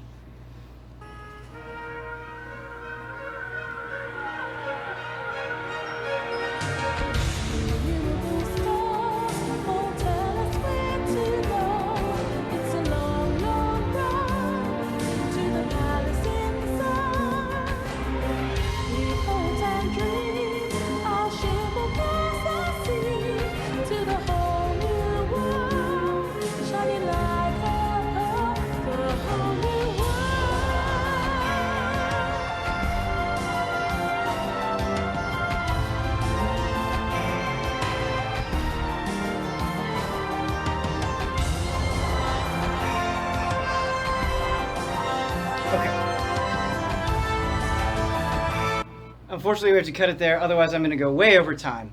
But that is a little bit of a taste. That is the intro from Phantasy Star Online, the original version of that game on Dreamcast. I think you have to click on the presentation again. There we go. Oh, there we go. Okay. And so I want to talk to you about the time Phantasy Star Online came out, and kind of how incredible it was and how pioneering. That's the word that kept coming back in my mind when I was making this presentation and why it's so great. So I want to take you back to the year 2000, where the internet was a much different beast than it is now. And I think this image, this scholastic image, really captures kind of the optimism that we had about the internet, where the simple act of connecting with people across the world was truly exciting. But that wasn't something that was happening in console gaming in a meaningful way. You definitely had PC games that were doing this, but in terms of console gaming, it was still a relatively fresh landscape. And that is why Phantasy Star Online, from a historical standpoint, is so cool. It was one of the first console online RPGs. At the time, it felt magical. I have my own. Oh no, I got to hurry this along. But I think another thing to talk about why it's so pioneering is that it wasn't just one of the first console RPGs. It actually came up with solutions to make that process easy. There were phrases that you could use that would auto-translate. So even if you were playing with people across the world who didn't speak your language, you could still communicate with them. It had a pretty extensive emoticon system, so it was easy and simple to communicate despite kind of breaking so much new ground. And it was structured in a way, like the format of it, the levels that you were playing, and how easy it was to hop into them. It was easy to play for long periods of time, or if you could only play for a little bit, you still felt like you got something meaningful out of it. And I have an image of Final Fantasy: The Spirits Within here, because I remember being so excited to communicate with people, and at the time, history has not treated it kindly, but at the time I was so excited to see a Final Fantasy movie in theaters, and I remember randomly talking to a stranger who was going to see it too, and we were both excited, and it was like one of the first times I could share my fandom of something with people online, and that was really special, just to me personally. But let's talk, obviously it's more about the features, it's more about being online, and I think Phantasy Star Online does an incredible job of giving you an inviting world. And I think outside of features, outside of combat, outside of storyline, outside of quests, something that doesn't get enough credit is the artistic design of a game. And that's something for an online RPG that I think Phantasy Star Online nails, and nails better than even a lot of online games today. The cover art is immediately striking. I knew I wanted to play this game just by looking at it. We're out of regular time. I'm gonna need a little bit more time. I'm sorry. I knew this was gonna happen. No, yeah. I was just letting you know. But just looking at this original cover art for Phantasy Star Online, like you already get a tremendous sense of how distinct these characters are. How if you pick any single one of them, your experience is going to be a lot different, or feel a lot different than when you pick anybody else. All of the classes in this game have a strong identity, and what I mean by that is they all have a sense of personality without saying anything. And if you look at, this isn't even all of the classes, but I think if you just look at how kind of fun and creative and crazy these character designs are, you don't usually get this kind of personality, I think, in a lot of RPGs today. Like, a warrior in one RPG feels very similar to a warrior in another. A mage in one RPG feels very similar to another. They all kind of share this Tolkien aesthetic that I think is overused and frankly kind of boring. And that was what was really exciting about Phantasy Star Online, is it felt different. It felt more vibrant. And that's why it was so hard picking a class, but when you did pick one, your choice felt more meaningful because they felt so unique. I still remember kind of the tutorial Hugh cast. He's kind of the one showing you the ropes. It still sticks out to me because he was kind of like this experienced guy and you're the newbie, but he felt menacing just because of the Hugh cast design. I mean, he just looks so cool. He looks like he knows what he's doing. Larger than life enemies. So it doesn't really matter if you have strong character design if you don't have interesting things for those characters to fight. And thankfully Phantasy Star Online totally does. But it especially does in the bosses, which really did feel larger than life. The very first boss that you fight in this game is this giant dragon that towers above you. It flies in the sky, shooting fireballs at you, and it just feels really cool. And even early on in the game, you feel like you're doing something meaningful because of how just exciting Phantasy Star Online makes its fights. They felt thematically and mechanically different in pretty significant ways. And a good example of that is the second boss. So rather than kind of being in this cave where you're fighting this giant dragon, for the second boss, you're on this raft, and he's like swimming in this like murky green water, and you're like shooting at you have to like move and shoot him, and his face will like flop onto the raft, and it just felt really different than that first boss fight with the dragon. But kind of getting into the nitty gritty. 2 minutes. 2 minutes. Okay, cool. We'll move more quickly. A huge reason that the game is so loved, and I've touched on it before, is it's different than a standard RPG. Mags are a perfect example of this. What a mag is, it's this little buddy that you can get that will, depending on how you feed it, will give you different stats, which is really, really cool. And so you have this little buddy along with you that, kind of like a Pokemon or a Digimon, is growing with you and evolving and changing into different things. And it can turn into ridiculous things. It doesn't just turn into sci-fi fantasy creatures. It can be a hamburger, depending on the path that you take it. And I think things like this, kind of the goofiness that Phantasy Star Online had present in it, speaks to like why it's so endearing. Mags also have powerful photon blasts. I actually think, Damiani, we're going to skip this video to get to the last thing. So I'm running out of time. But this is the very last side. This is me showing off the photon blast. They're very cool. We have to move on. All right, so I want to talk about the legacy of Phantasy Star Online. PSO came out at a time where Sega felt wild and relentlessly innovative. And that is why you look at the Dreamcast and it's kind of a bittersweet image. To me, Phantasy Star Online embodies that creative spirit that Sega had at the time. It felt so forward-thinking, and it felt like they were willing to be bold. But Phantasy Star Online was so good that it survived the fall of the Dreamcast. It survived that tumultuous time of creativity and failure. And it still lives on. People are still playing Phantasy Star Online on private servers. It's also why The quality and legacy of Phantasy Star Online is also why moments like this are possible. Just play like the first few seconds of this. No one in that audience cared about that. Yeah. Ooh. Uh-oh. Crackdown 1. Oh my god, no! I've been waiting forever for this! Are you serious? Yes! Yes! Oh my god! The moment! They're doing it! It's 2! They're bringing it! Oh my god! I got to live to see this! Okay, I'm sorry. I'm not related. Wait, we're out of Jones time and I'm sorry. Brad time? I sucked and dry. Oh no! But Huber requests 10 seconds. I need 8 seconds. We'll give him Huber 8 8. We'll give seconds. Huber 8. We're out of Jones and Brad minutes, but that was great. Sorry. I'm sorry. Hey, don't be sorry. I love that.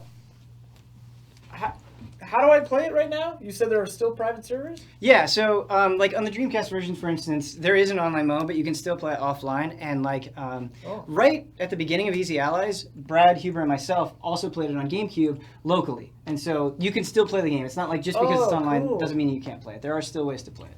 Can you set up a little GameCube LAN?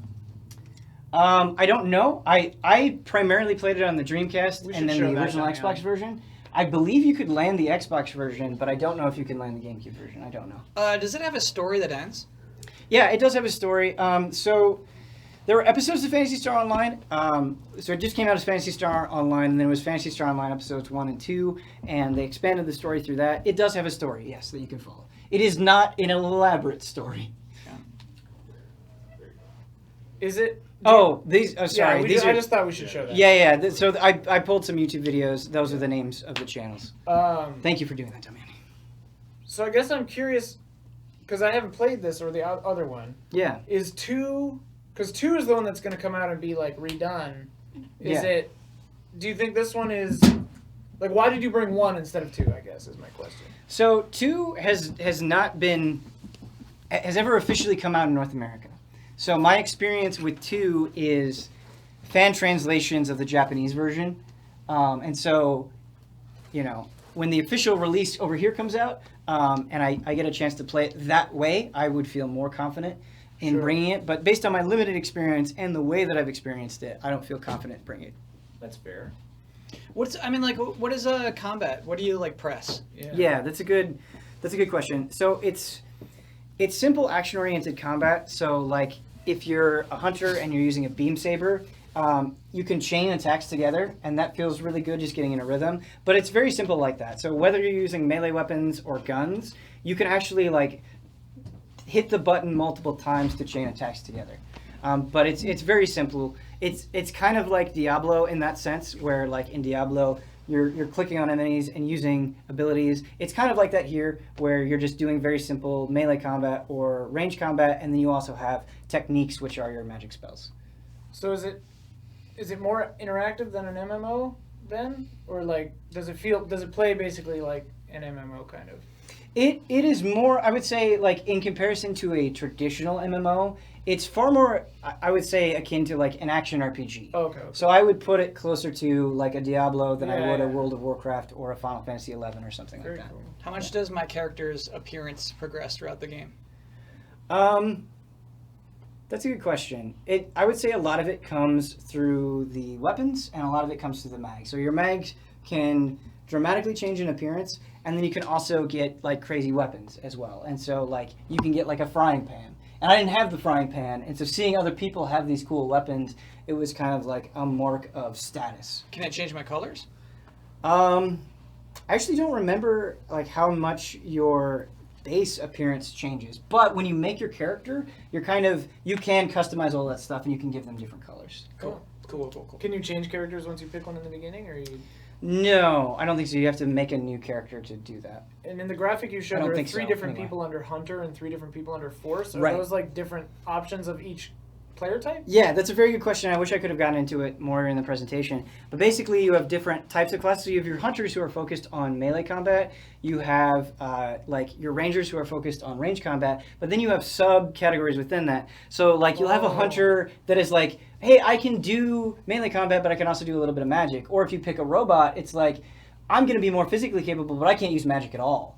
And so, like, not only are you picking your specialization, it's kind of like you're picking how hard you're going into that specific specialization. Like Arcanum. The genre has grown so much over the decades since this came out. Yeah. You know, going into like 2020 now, if I sit someone down and I'm explaining to them this genre, like, is this the one that I would want them to play above all like action RPGs or online games? Like, what makes this one the great? I think what appealed to me with Phantasy Star Online at the time and what appeals to me now is there are a lot of times I'll want to play a new action RPG or a new MMO, and I feel like I have to do research before I play it. Where like I'm like, okay, I gotta like, what is this whole system? What are the free-to-play mechanics? Like, there's just a lot of baggage that comes with a lot of these games. And I think what was so amazing about Phantasy Star Online, what initially hooked me, and then what kept me there, is it's so simple to play. Like, you can really get friends together. Yeah. We're out of all Sorry. the extra time. Great presentation. I'm so sorry. I need to do my own research. Do it. You can't talk about any of the games, though. We're out of Brad and Jones' minutes. Sorry. More Damiani proposals. You don't have to apologize. I found the mic. I'm dummy in. Oh, you didn't know it I was was? looking on the floor for it. Oh, no, and I put it on the table all like, nice. Been in front of me the whole time. I Oh, was you like, didn't know it was there. I didn't know it was there. Oh. It was just like right here. It was like, oh, there's all these cables. I'm like, I looked because it's usually on the floor down here, and I just said to myself, oh, someone must have taken the lav mic somewhere. Oh, that sucks. I was gonna like bring up, hey, you should probably not ask me stuff anymore since I don't have a mic over here. But then. But you do. I do. But you do. I do. Can I see the list of games? I want to also clarify. I pick my game before anyone picks their game. It sends me their pick. Damiani, I don't care. And I let Kyle get I already into had a this. whole I'm not doing a Japanese game mantra. I'm gonna like call out Japanese games. Yeah. Kyle's just trying to get your goat. It's like 14 of 18 of He's our a Hall of goat. Greats are Japanese, Yeah. and like 13 I of the 18 like are listen, Nintendo. like I get it. Like Hey, I wore a Nintendo shirt today to get some votes for you guys. From you guys. Dude, you know I love Nintendo games and stuff, and like there's a ton of them I want to bring, but like I do love some other games. It's like, you know what? I'm bringing one for once. You know. I mean, I brought FTL, but It's funny you brought it because legit, good. I've been like, this year has been the year of me just going back and playing like old games and like comfort games, you know? Like 2 days ago, Damiani was like, man, kind of crave a Bioshock. Dude, now I am. Yeah. Like I want to the do gold, I man, wanna, dude. I Now wanna- there's a goal. I want to do a full playthrough of it again and Infinite. Nice. With people here. 2 was fun Let's being the stream Big it, Daddy. baby. Yeah. Two with the improved drill. The gameplay so much. 2 is I think you can't do both of those without 2 as well. Yeah. So the weird thing is, so I'm talking about not my games. This doesn't count against it, but Bioshock 2 is my least favorite. Oh, for sure, The dude. stories But, like, are the worst. And I actually do not like going Probably. back to play it. I never want I to play want to it go again. back though and play Infinite, man. I remember. I mean, being, if someone like, so else disappointed. if someone else plays 2, I'll watch it. For but, Legacy, dude. yeah. Yeah, I mean, Yeah. 2 is weird. Like, I do like parts of 2 and elements of 2, but it's like, it's not made by the team. It's like, 2K, Australia, you guys make this. And But- what did they do? They actually, I didn't want to bring it up because it would have hurt my Dual case more, wielding but mode like is really Bioshock 2 good. actually The Big Daddy, did dude. better So hacking cool. stuff. Yeah. It was the one thing they did better. So, With dude, what the stuff? drool, Like man. Australia, How they and did the hacking Marin. mechanic Oh, in right. 2 is they improved it. Instead of the All right, pipes. sorry. The ARG going into, we talked about this the other day, but the ARG going into 2 was really good. 2 had an ARG? Mm-hmm. Just some. It's Oh. what was his name, Metzger or something? You like some dude was looking for his daughter, and then like you found him in the game, and he had been like, spoiler alert, he had been turned into a Big Daddy, and like I found his like corpse. I don't know if he's alive for some people, but it was pretty wild. Really? Yeah. Hit it. Here we go. Hit back. Sorry. Hey everyone, on today's episode of Hall of Greats, we're talking about The Last of Us. Whenever anyone brings up The Last of Us, chances are it's the story. But it's more than just the plot and the story, it's the characters.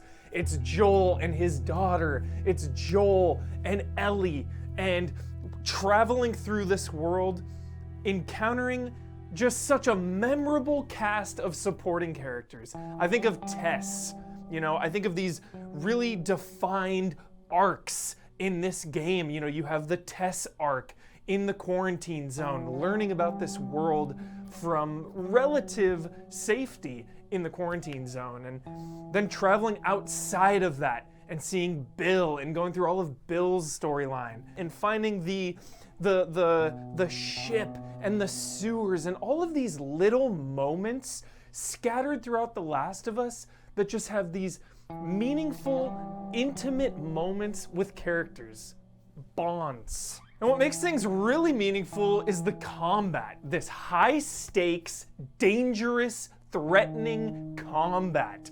There's such a variety of difficulties to choose for in this game, and obviously play how you want to play, but I would really encourage many players to really fine-tune and find the difficulty that pushes back, because that translates into the entire game's systems.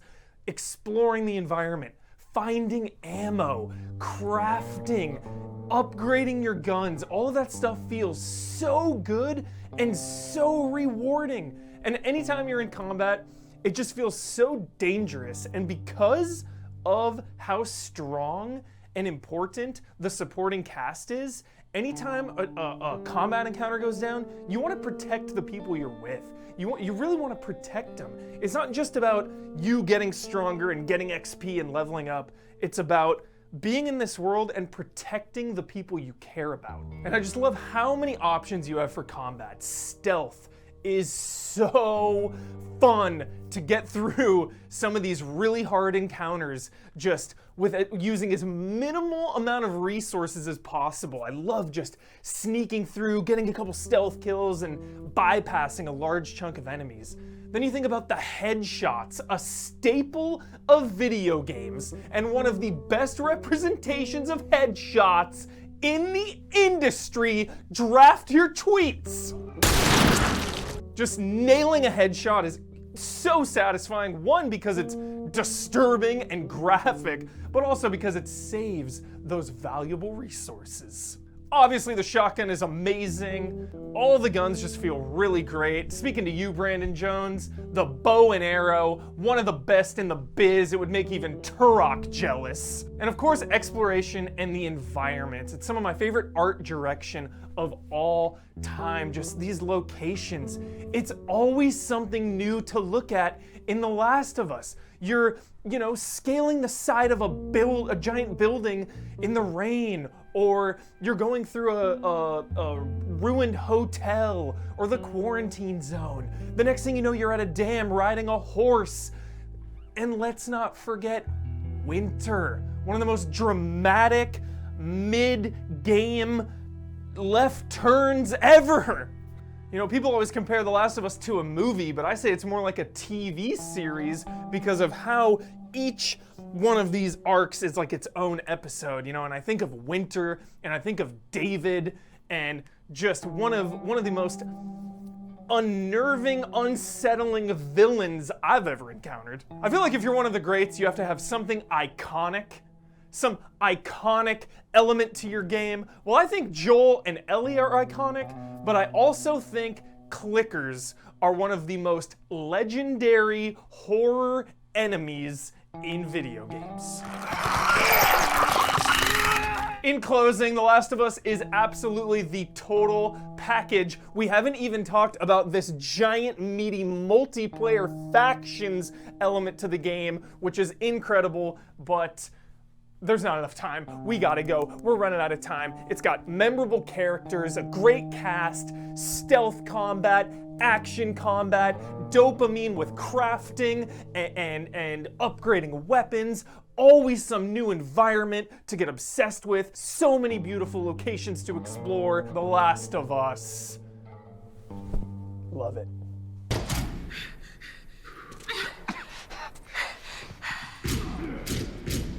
What do you want me to do?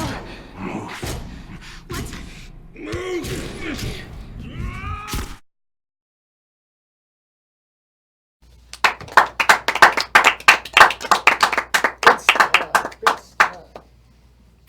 sec. Okay, I'm ready whenever anybody wants to start. Hit me. I agree. Does that count? No. Oh. Hit me. What's your least favorite part of The Last of Us? Least favorite part.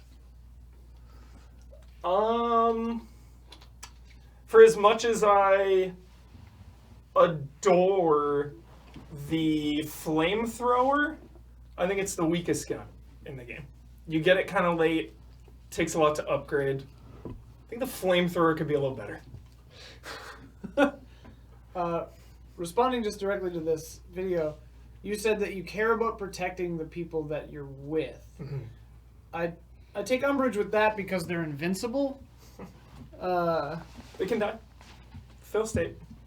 Well, sure, but like, I guess to me that's similar. It's just a game over, but yeah, I don't know. And like, well, they're like not part of the world. Like they can make as much noise as they want, and the clickers don't hear them. You know?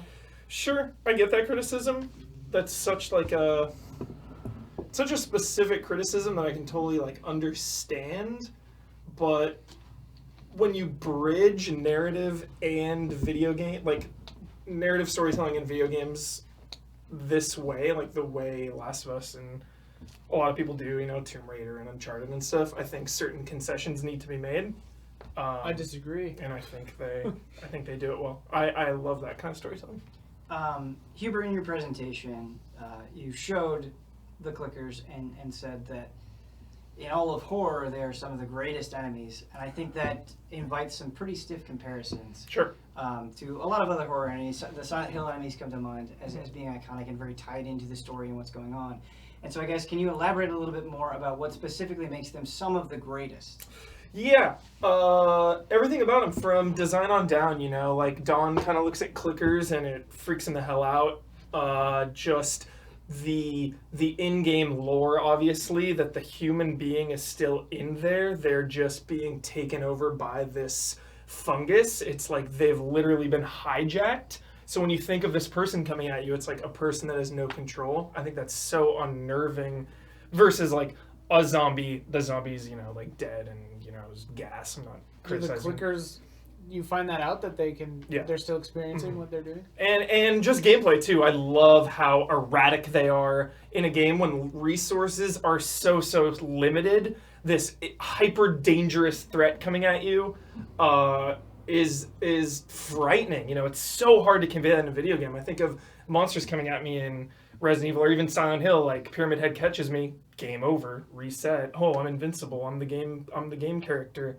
So I think the narrative criticism too kind of counters that of like, no, like it is always dangerous. But do you not see how if the game had presented itself in a way where you didn't have to make those concessions, where like if you didn't have someone following you, like even if Ellie just like, you know, like several other games do this thing, I guess it's a little bit of a concession, but it's like they're small enough to crawl around through the air duct to get through the space, but you have to go through the, you know, whatever, just anything. Yeah. Do you think that the game would be stronger on the whole if they'd come up with some way to have a consistent, cohesive universe in storytelling and gameplay? I mean, they kind of give it to Ellie, like she's immune, so when she gets bit, she's not going to turn, and I think that's enough, and I think, like, it's just, I guess, I've never just thought of that, you know? I'm in the world that they're telling me and showing me, and I'm never thinking, like, this is just a video game. It's like when I watch a movie, I'm usually never like, this is just a movie. Like, I'm in the world, I'm in the game, I'm in the movie. In those parts where these two characters are separated, do you think that those moments would be less impactful if they designed the game to Ian's liking? I'm just saying that games should be cohesive. Like I'm the opposite of him. Like if something negates its own premise, it takes me out of the world. Like if clickers can't hear Ellie, it ruins the game for me. And that's the same for me as the opposite is the same. Like for him. she would just follow your lead. You know what I mean? Like follow me, Ellie, and like she's not like if she were to make noise You know, it's like the Glenny's Cauldron, like getting tripped by that thing, like that would be it would just be annoying. So the fact that like, Oh, I'm it's saying not change annoying. the design so that that's just not going to happen. But then every game would just what he be is like saying weird is that soul Ellie should always storytelling. wear Then slippers. There would never be like narratives. Go. Hold on. I'm going to vote for it just so we don't have to talk about it. Is that this week's episode? No, that was just for Hungry. You really just made that special for tonight, huh? Yeah. Nice, Yeah. dude. Yeah. Cool. We got 13 minutes. So how this works Don is... helped. Oh, yeah. Good edit, Don. Good edit. Good capture. Good relevant capture. We still cannot vote for our own game. So the way this works, you can't vote for your own game. We're all going to go out there. We're going to come back in probably in whatever order because we mixed all the cards up. We can remember. Okay. Write down, talk to camera, say whatever you want. Don't specify which game you're giving your 3 points to, your 2 points to, your 1 points to. 1.2. Just write them down. Okay. Fold the card in half and put it in this clear bucket. Right there. Bucket. Be cognizant of the camera angle when you're writing. Yeah, we've got this thing for a you reason. Can see, so like if they can see your nose. Yeah, if you write like this, they're gonna see it. So write it like. Hold it up. Yeah. And Chad will be looking. Huff this marker and write They'll it. be looking for set photos. Okay. Set photos. Looking for some Going, set photos. Coming in the same order that we went, right? Yeah. Roughly. Yeah. Roll. Yeah. Good luck, Don. Don's first, right? Yeah.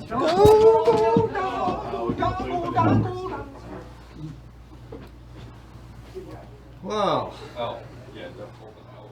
this was a rather interesting evening. Some great presentations. All the presentations were quite great. And, once again, it's a difficult choice. I can't tell you my choices. I gotta go 3 points to 1. Okay. All great games. What can I say? Blood's presentation was great, but also just the game. I have a lot of bias that's hard to ignore. Huge fan of Wild Hunt. Huge fan of Bioshock. I thought Damiani's video was charming. Phantasy Star Online I haven't played, but I enjoyed the presentation quite a bit, and I think it opened my eyes to it a lot, so that's important. Halo, obviously, who doesn't like it? Final Fantasy VII, Last of Us, wow. Can't vote for your own. So, I'm going to write them down.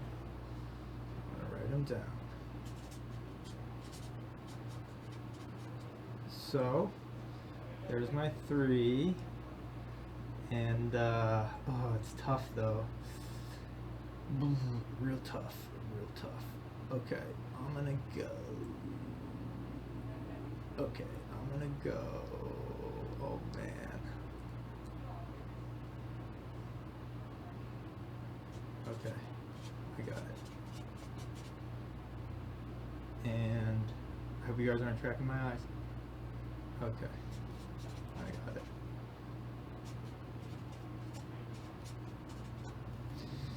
That's it. All right. It's a little bit more difficult when I can't reveal my picks to you, but we will see shortly. There we are.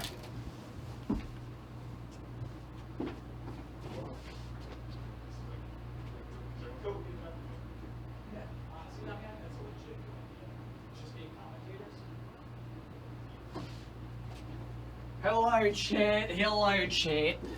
This is going to be extremely easy for me, and I almost wonder if you already know what I'm going for. Obviously, can't vote for Halo. Ian succeeded in killing Final Fantasy VII. You just can't reward a presentation like that. Witcher 3, Bioshock.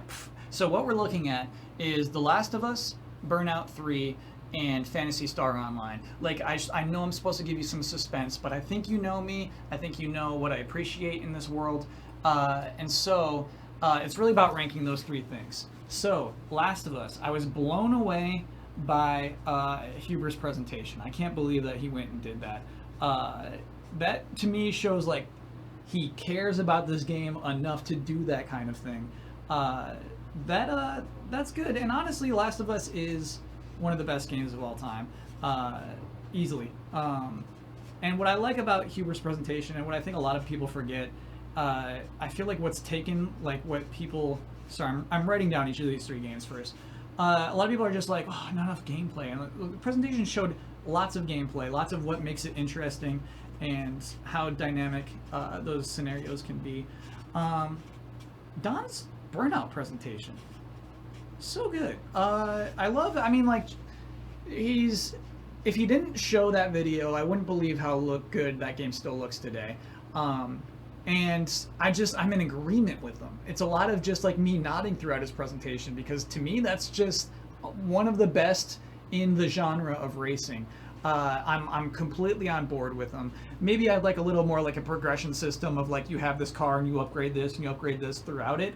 But just one of the most fun things you could possibly do. Ben's Phantasy Star Online presentation went personal, and I think all the right ways. Made the game feel like I wanted to be there at the moment where he got to play it. Okay, so I'm gonna issue my points. This is hard, actually. Okay, all right. Ooh, I don't feel great about that, but you had to do what you had to do, my friend. Okay, thank you very much, everybody, and hope you had fun tonight. Next up.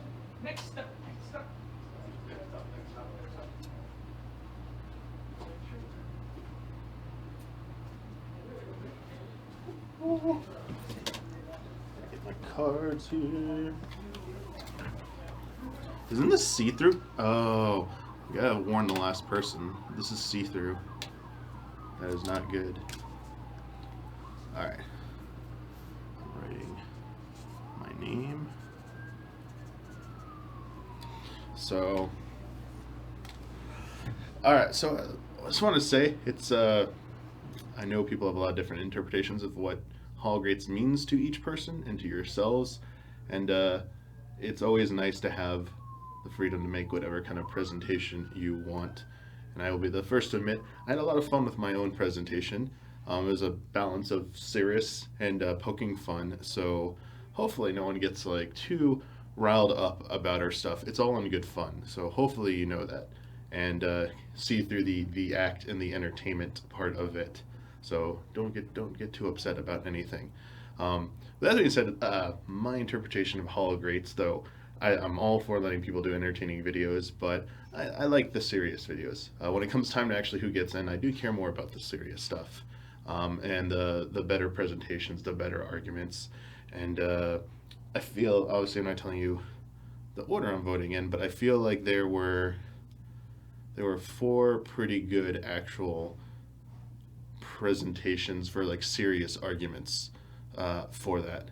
But I also feel bad because obviously I don't know if anyone voted for Final Fantasy VII, and I don't want it to get 0 votes because it feels wrong if it gets no votes and Brad wasn't here to do anything about it, so it's a little strange of a situation. So yeah, I felt there were a few that had a good presentation in here. Some highlights were like, obviously, like I totally understand where Ben's coming from. When I did A Link to the Past last time, I felt like 5 minutes wasn't enough. I did my best I had a almost 20-minute script that I had to chop down to what it eventually became for that A Link to the Past Hall of Greats video, and that was a month. That was taking like a month of rewrites, edits, and really trimming hard. And even then, I feel like that video is still it doesn't capture the full extent of what I was trying to present. So I completely understand Ben with that. And so Dawn made a really good presentation as well. I love the passion about that. I love Huber's passion. And Bloodworth made some sound arguments for The Witcher as well. And yeah, that's kind of it. So time to make the calls here. I'm gonna put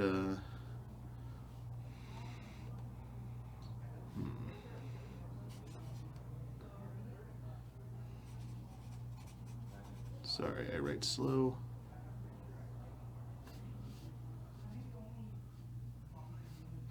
I'm also using shorthand, so you can't guess how long the thing I am writing is.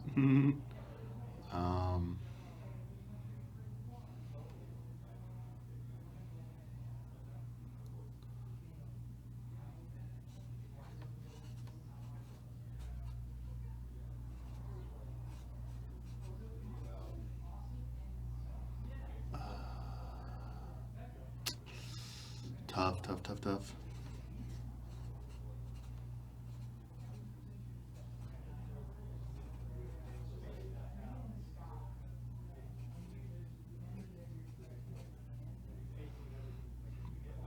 Okay. I hate these markers. These are terrible. Okay, leave that here. Don't see. No set leaks. No set photos. Okay. Double wrapping that up. Throwing it in there. All right, we're good. Next.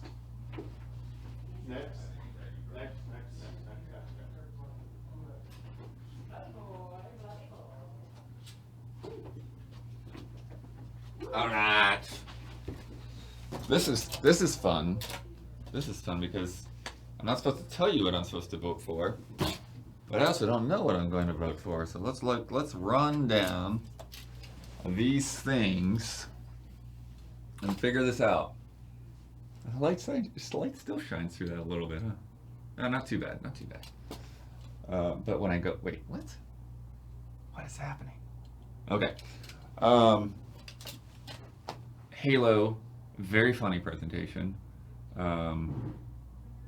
Definitely, yeah, something that broke a lot of ground, despite all the tongue-in-cheekness of it. Definitely, some of those things are actually true. That video, man. Anyways, Final Fantasy VII, Ian,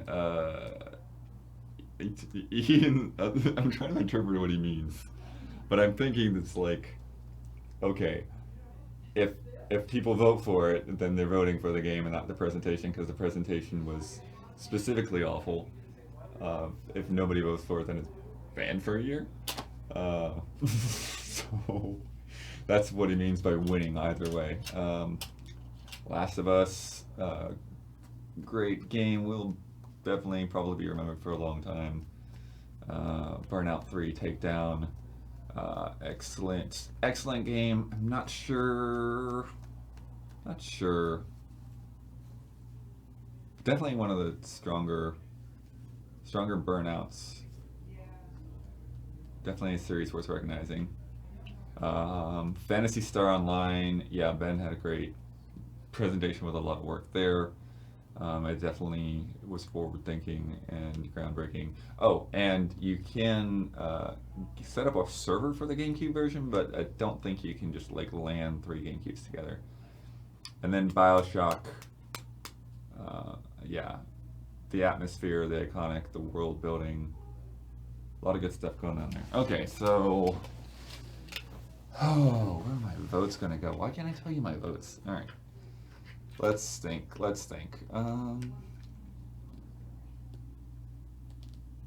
Man.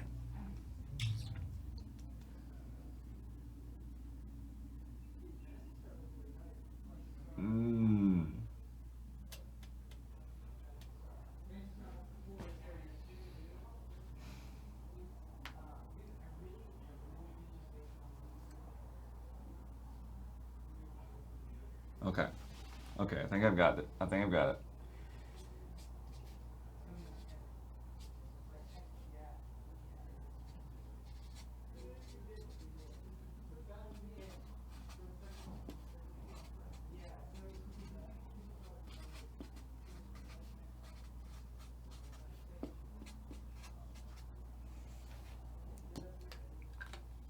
All right, got it. Put this to the side. And you can still kind of see through them. All right, here we go.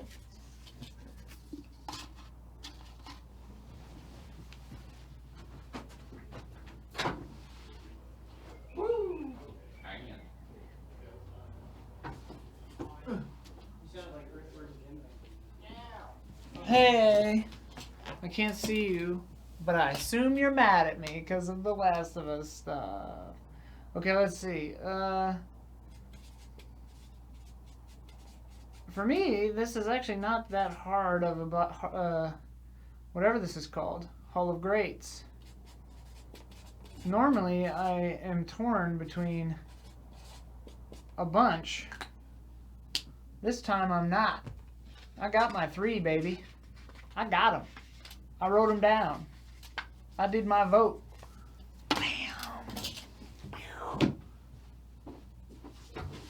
Next.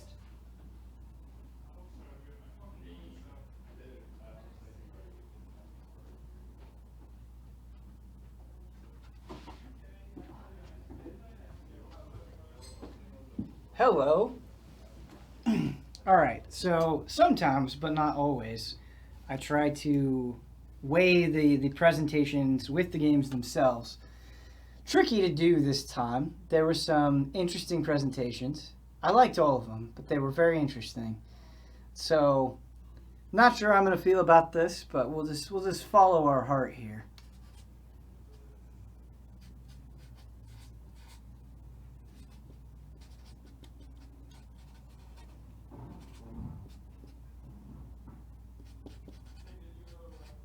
All right, that'll do it. I hope you found this entertaining and informative, not this conversation, but Hall of Greats. I hope you found it overall, the whole shebang, entertaining and informative. Twitch chat.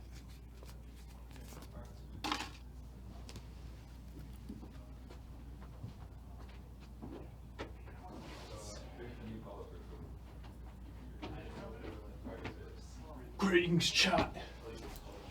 Greetings. No surprises here. Oh, you're not allowed to see, though. Can I tell you am I allowed to tell you what game I'm voting for, chat? I don't know the rules.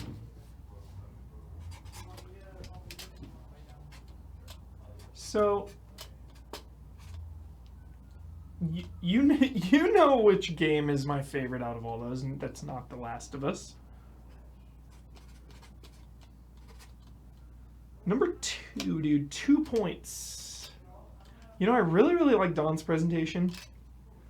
I'm really afraid of the Final Fantasy VII situation because while I wouldn't bring it to the Hall of Greats, I know my best friend Brad Ellis would. So what if there's 0 votes in here and I don't give it a vote and it's banned for a year? How could I ever look at Brad again? So, not to spoil anything, but I gotta look out for my buddy. He's not here. Loyalty.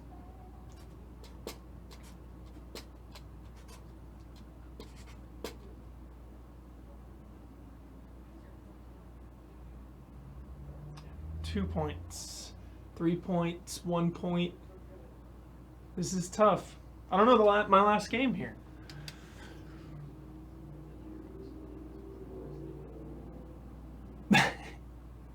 I don't know, chat. I don't know. I don't know. I'm stalling. I'm stalling for time.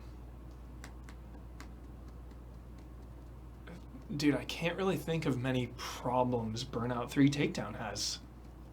Like, are there any problems with that game? Is it flawless at what it does? I don't know.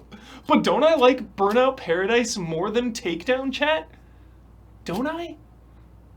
If it was Burnout Paradise, the votes would be in. They'd already be locked. But am I misremembering? Is the linear focused nature of Burnout 3 Takedown better than the open world of Paradise? I don't know. I don't know.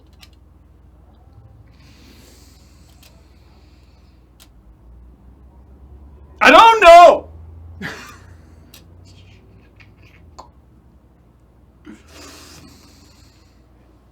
I don't know.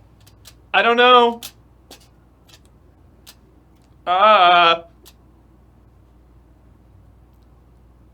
It was a great presentation. It was fantastic. I'm done. You can't look at these. You can't look at these, chat. Not yet.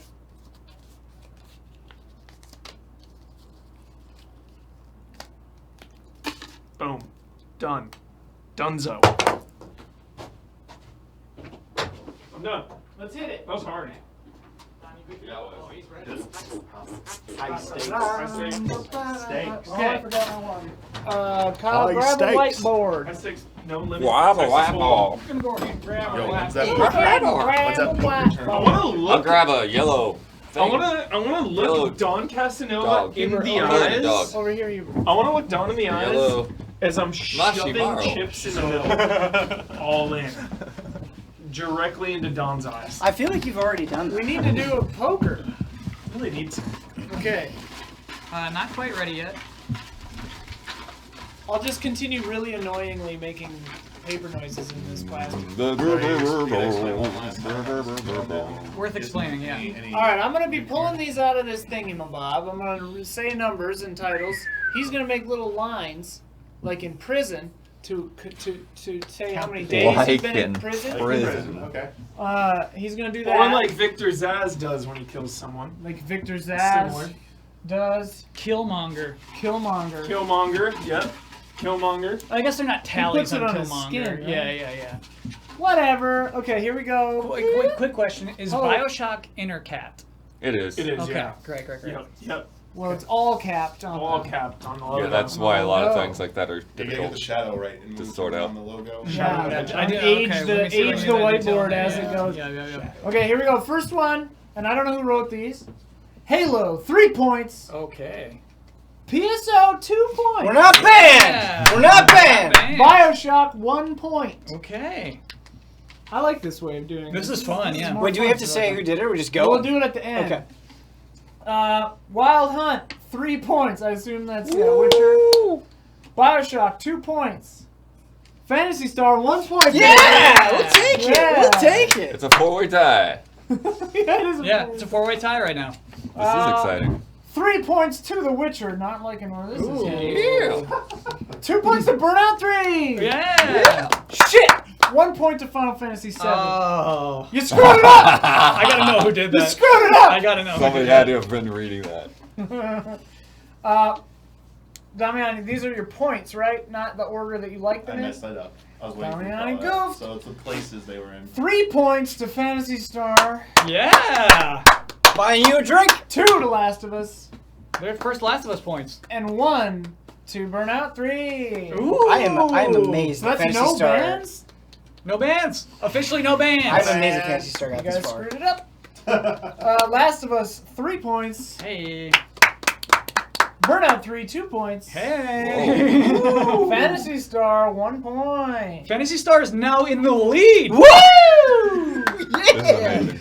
Last of Us, 3 points. Never mind. You can't vote for your own game. Witcher 3, 2 points. Yes. Okay. Halo, 1 point.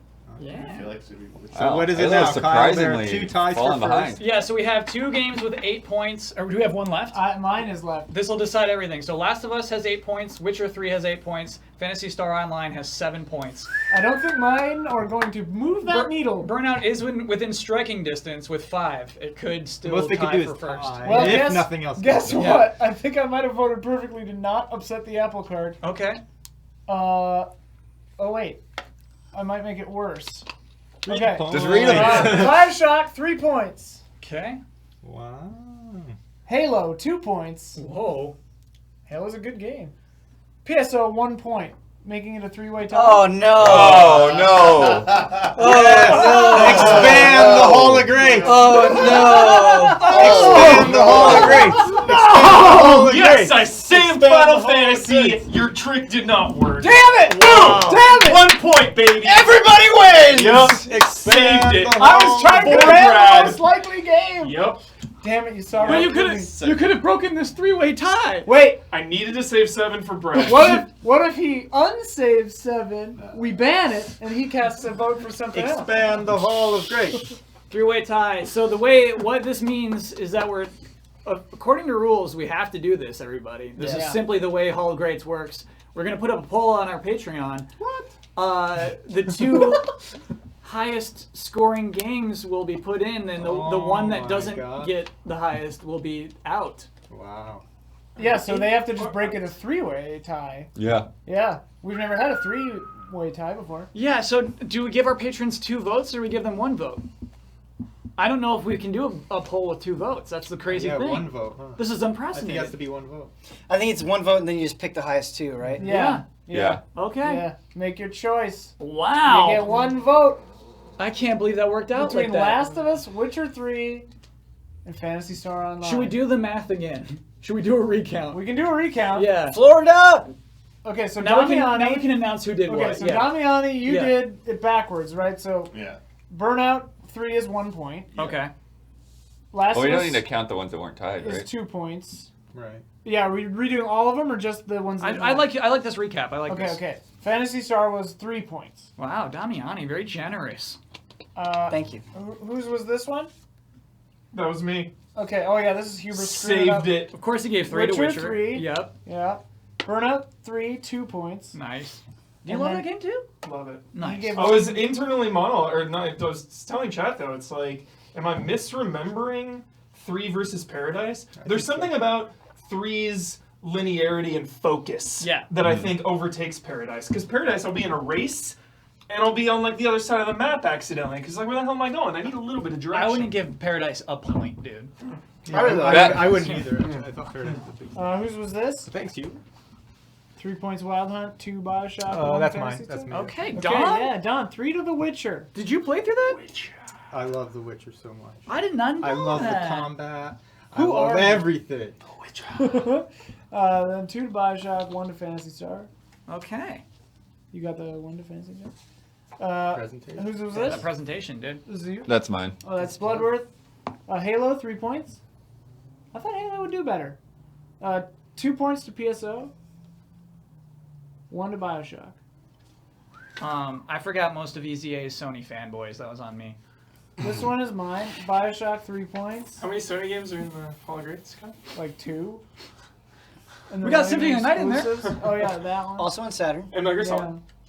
Metal Gear Solid. Metal Gear Metal Gear Solid. You said Bioshock, and Yeah. then Halo, 2 points. By the way, I'm surprised 3 points from Bioshock for you. Yeah.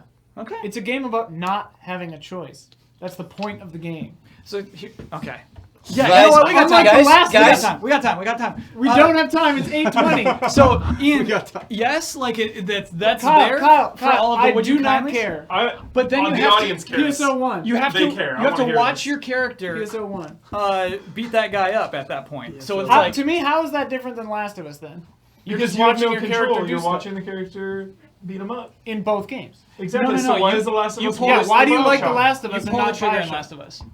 You swing the golf club in Bioshock. No, you don't. The No, but cutscene why does do it for you like Bioshock and not Last of Us? The same question to him, to you. It's more fun. You have to watch this dumb cutscene. I'm going to make a mod of replacing Goldman with Shrek. Toast the tank. Then we will play. Whose is this one? That's mine. Ben said 3 to The Last of Us, 2 to Witcher 3, 1 to Halo. Halo. I was torn between Halo. Halo and Burnout 3 on that one. Halo. Me too. Whose is this Halo one? and Burnout, dude. I was like, That is mine. That is mine. So Bossman, Last of Us hater 3. of no choice, put 3 for Last of Us. Last of Us doesn't wag their finger at you. Just you thought. It's not like that. It's just That's like the point of Bioshock. it's a is that bad point. You don't have It's a a bad choice. point. It's a bad point. What was next? I don't even know. Burnout 3, 2 points. 2 points of Burnout. And then Phantasy Star, 1 point. Yep. So we're right back where 3-way we tie, were. baby. That 3-way tie is legit. 3-way tie. We did the math twice. We have a 3-way tie between The Last of Us, The Witcher 3, and Phantasy Star Online. That's amazing to me. Yeah, that's pretty crazy. So at least one non-Japanese game getting in there. Feels good. You don't know? Yeah, Oh, no, yeah, two got of them it. are Got not. it. It has to. One of them. Was One like, or the wait, other. was like, wait a Yeah. minute. Yeah. Do the right He's thing. counting Last of Us and Sony. Phantasy Sony's Star. a Japanese company. Yeah, Do but the right thing. I don't think that we're politicizing Hall of Greats, by the way, that we would say, like, hey, it's time to get a Western game in. Yeah, we don't care. We just put games we like in. Yeah, exactly. I just bring with my heart, man. Yeah, bring with Yeah. your heart. It's not our fault Western games are bad. I don't believe that. Oh my gosh. Cease this. So it will be up to patrons of patreon.com/easyallies to truly decide. We'll announce it next week. That'll What go gets up in the Hall later of tonight, Greats. probably. Yeah, I can put that up later tonight. Yeah, for sure. Sorry, Twitch only. Sorry, Twitch. We gotta, Gotta make that we're real. patron funded. We gotta make our patrons feel special. We're here for them. The fact that you're doing that with a first place medallion. Oh my god. I remember I can't do it tonight because people talk about spoilers. Like, don't even tweet about this because people will get mad at you for tweeting about It's the a three-way live tie. show. They get mad. I see it. I suppose there are Huber other time sees it. We all zones. see it. We get people get mad about spoilers. So I'll post this on you to in avoid 48 that. hours. It's a live event. 24 Come on. hours. Tomorrow night. Yeah. Set your 26 hours Wednesday from night. Wednesday night at we'll 8. post the we'll post the poll. Yeah. Okay, that seems fair. That seems fair. Yeah. Yeah, and then just one of those games won't get in. Oh boy. We've not done that before, man. That's crazy. Now 3, yeah, they haven't gotten to decide everything before. Whew! I really hope the Last of Us gets it. So you never have to hear about it. So I never have to hear Except about when it part ever 2 comes out. Then it's And all then it's about Dude, I have high hopes for part 2. I'm going to play that. I'm excited for it. Hey. Part 1 was about love, part 2 is about hate. Nice. Is that what the developers are saying? That's what Druckmann said. Druckmann, cool it, dude. How was Last of Us? Dark. How was Last of Us about love? No, Let me tell you. I the remembered ways. why. Let me tell you about that decision he makes at the end of the game. Yeah, he makes. All right. Well, that's what characters do. Damiani, you had a thought? In TV show. That is not even the most exciting thing that's going to happen next week, everyone. Yeah. Next week's a doozy. Next week is a doozy because we're going to kick off the stream with a series of announcements. Easy Allies, Phase 4. Brandon Jones will be here. He will be our... Liaison. Feige? Is he Feige who does all the slides? Who is that guy from Marvel? He's not making it, so... Okay. It's Atlas. Would you kindly? Yeah, Goldman. Yeah, he's Jones the will be our Goldman. Goldman. If you read Ayn Rand, you would get it. It's like, oh, no. You should If you looked at absolutely the not book read cover, Ayn you would Rand. get it. It's like, Yeah, no. Don't read Ayn Rand. Hey, it didn't get in, so you don't have to worry about it. It's one of the... Oh, it isn't. You're right. It's not even one of the 3. So just let it go. But Okay, I'll let it's go. bubbling underneath Be the like surface. that Frozen lady. No, I'm cool. Damiani, we're gonna fight the Gold Man. Please do that, please. That'll be a That's great a stream. dude. That's a Such good stream. stream. And every time a little robot helicopter fights us, I'm gonna hand over the controller to you and say, fight the I helicopter. want the stream to just start with Andrew Ryan getting hit in the face with a golf club. And we just work it from just there. goes from there. The worst part of the game. I love that game. Oh. I don't believe you do. Why not? Because you like smart stuff. Yeah, Oh my it's God. got fun gameplay, a really good atmosphere, the music is cool. Showing the intro is the right way to start that. Yeah, You can't the intro debate is it. really That cool. intro of that game's Like, top the 10. Atlas fight Top is 5. trash. The first time you encounter a Splicer is amazing. Yeah, it's great. Yeah. The plasmids are fun. Yeah. You remember the Splicer that is like... Like, I don't like the Atlas fight. Nobody does. But, like, I'm you gonna like like the it rest now. of it. Now I like it Yeah. because it's funny. Yeah, because it's I funny. think we all love it now. Yeah. Oh boy. Okay, so Phase 4. Are we allowed to stream that thing? What the? That really cool thing in the other room? No. Yeah, we're day 2 early. Kyle, Okay, got it. Oh, it did. that was the best / worst way to handle that. I know. I'd be like, what thing do they have? Yeah. Yeah. Get ready, get worried. It's Yeah. gonna be crazy next week. Phase 4 is gonna be sick. That's gonna be fun. Yeah. Series of announcements. It's gonna destroy everything you love about Easy Allies. It's never gonna be the same. Please get worried. Yeah. Every show you like, gone. Yeah. Every show you hate, more of them. Yeah. Yep. Damiani's gonna find some sort of loophole to get Bioshock into the Hall of Yep. Graves. In fact, we're a Bioshock channel. It's just gonna be, we're a Bioshock only channel. It's just like Phase 4. We're a Bioshock channel. Like, the first video you're going to see from us from Easy Atlas Phase 4 is a 30-minute discussion on Atlas. That's the thing in the other room, right? Yeah. That's the thing in the other room. We can't stream it till the day after next Tuesday, though. We have a working Big Daddy. And what's crazy is it's just Jones by himself. That's the craziest part. Yeah, 2 of us are quitting. It's great. It's going to be marvelous. The expectations that Ian's setting. That won't be the whole stream, though. We'll find some fun games to play after all of the announcements, because that could take like 15 minutes, honestly. It'll take longer than that. Okay. We should make a pact right now to play the game that doesn't get in. That's a good idea! Pact. Respect. Pact. out of respect. Whoa, that almost hit my Packed. Making a pact. Packed. That's a really good Damiani, idea. packed. Packed. Get here. Packed. Does that count? That counts. Is that a pact? Wait. Link via me to make the pact. Packed. Okay. Hold on. I gotta put down my water. Pact. Okay. Also, Dylan, you son of a bitch. Do the thing. Huber would have done it. Yeah, Hubert knows. He knows the gif. Okay, cool. I don't know. Cut it. No, we got more streams coming up. You know what I don't like about that idea? They're gonna vote. They're gonna vote on what they want to see us play the most. No pact undone. No pact. Break the Pact pact. So I don't think we should promise that. Also, I don't want to stream The Witcher 3. Pact undone. Honestly, even though I presented The Witcher 3, I don't think that The Witcher 3 would make a good like 1 hour That's a bad stream. idea. Forget the Pact undone. The gold man strikes again. In fact, we're streaming Bioshock. We should stream Bioshock. Bioshock Next Gold week. Man only. Gold man only. All gold men. I don't know about that. Dude, We need to get that hygienic body paint. All spray paint ourselves gold. Yes. Nothing. we're just gonna alternate between the two different endings and loop for 2 hours. Analysis. No us, no In-depth. commentary. Just In-depth analysis.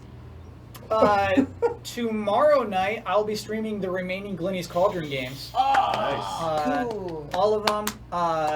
The VR one, we'll have to watch the video, but basically we'll be playing all of those games. And then Friday night, starting and finishing Chapter 3 of my Game Boy game. So the stakes are high, progress is fast, and we got to finish that game.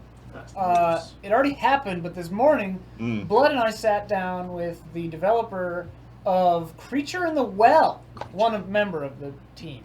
And man, that was a fun stream. Check it out. It's available probably already. It's available on Twitch. You can go back and watch it right now. Yeah. And then, probably sometime tomorrow or tomorrow night, On hopefully.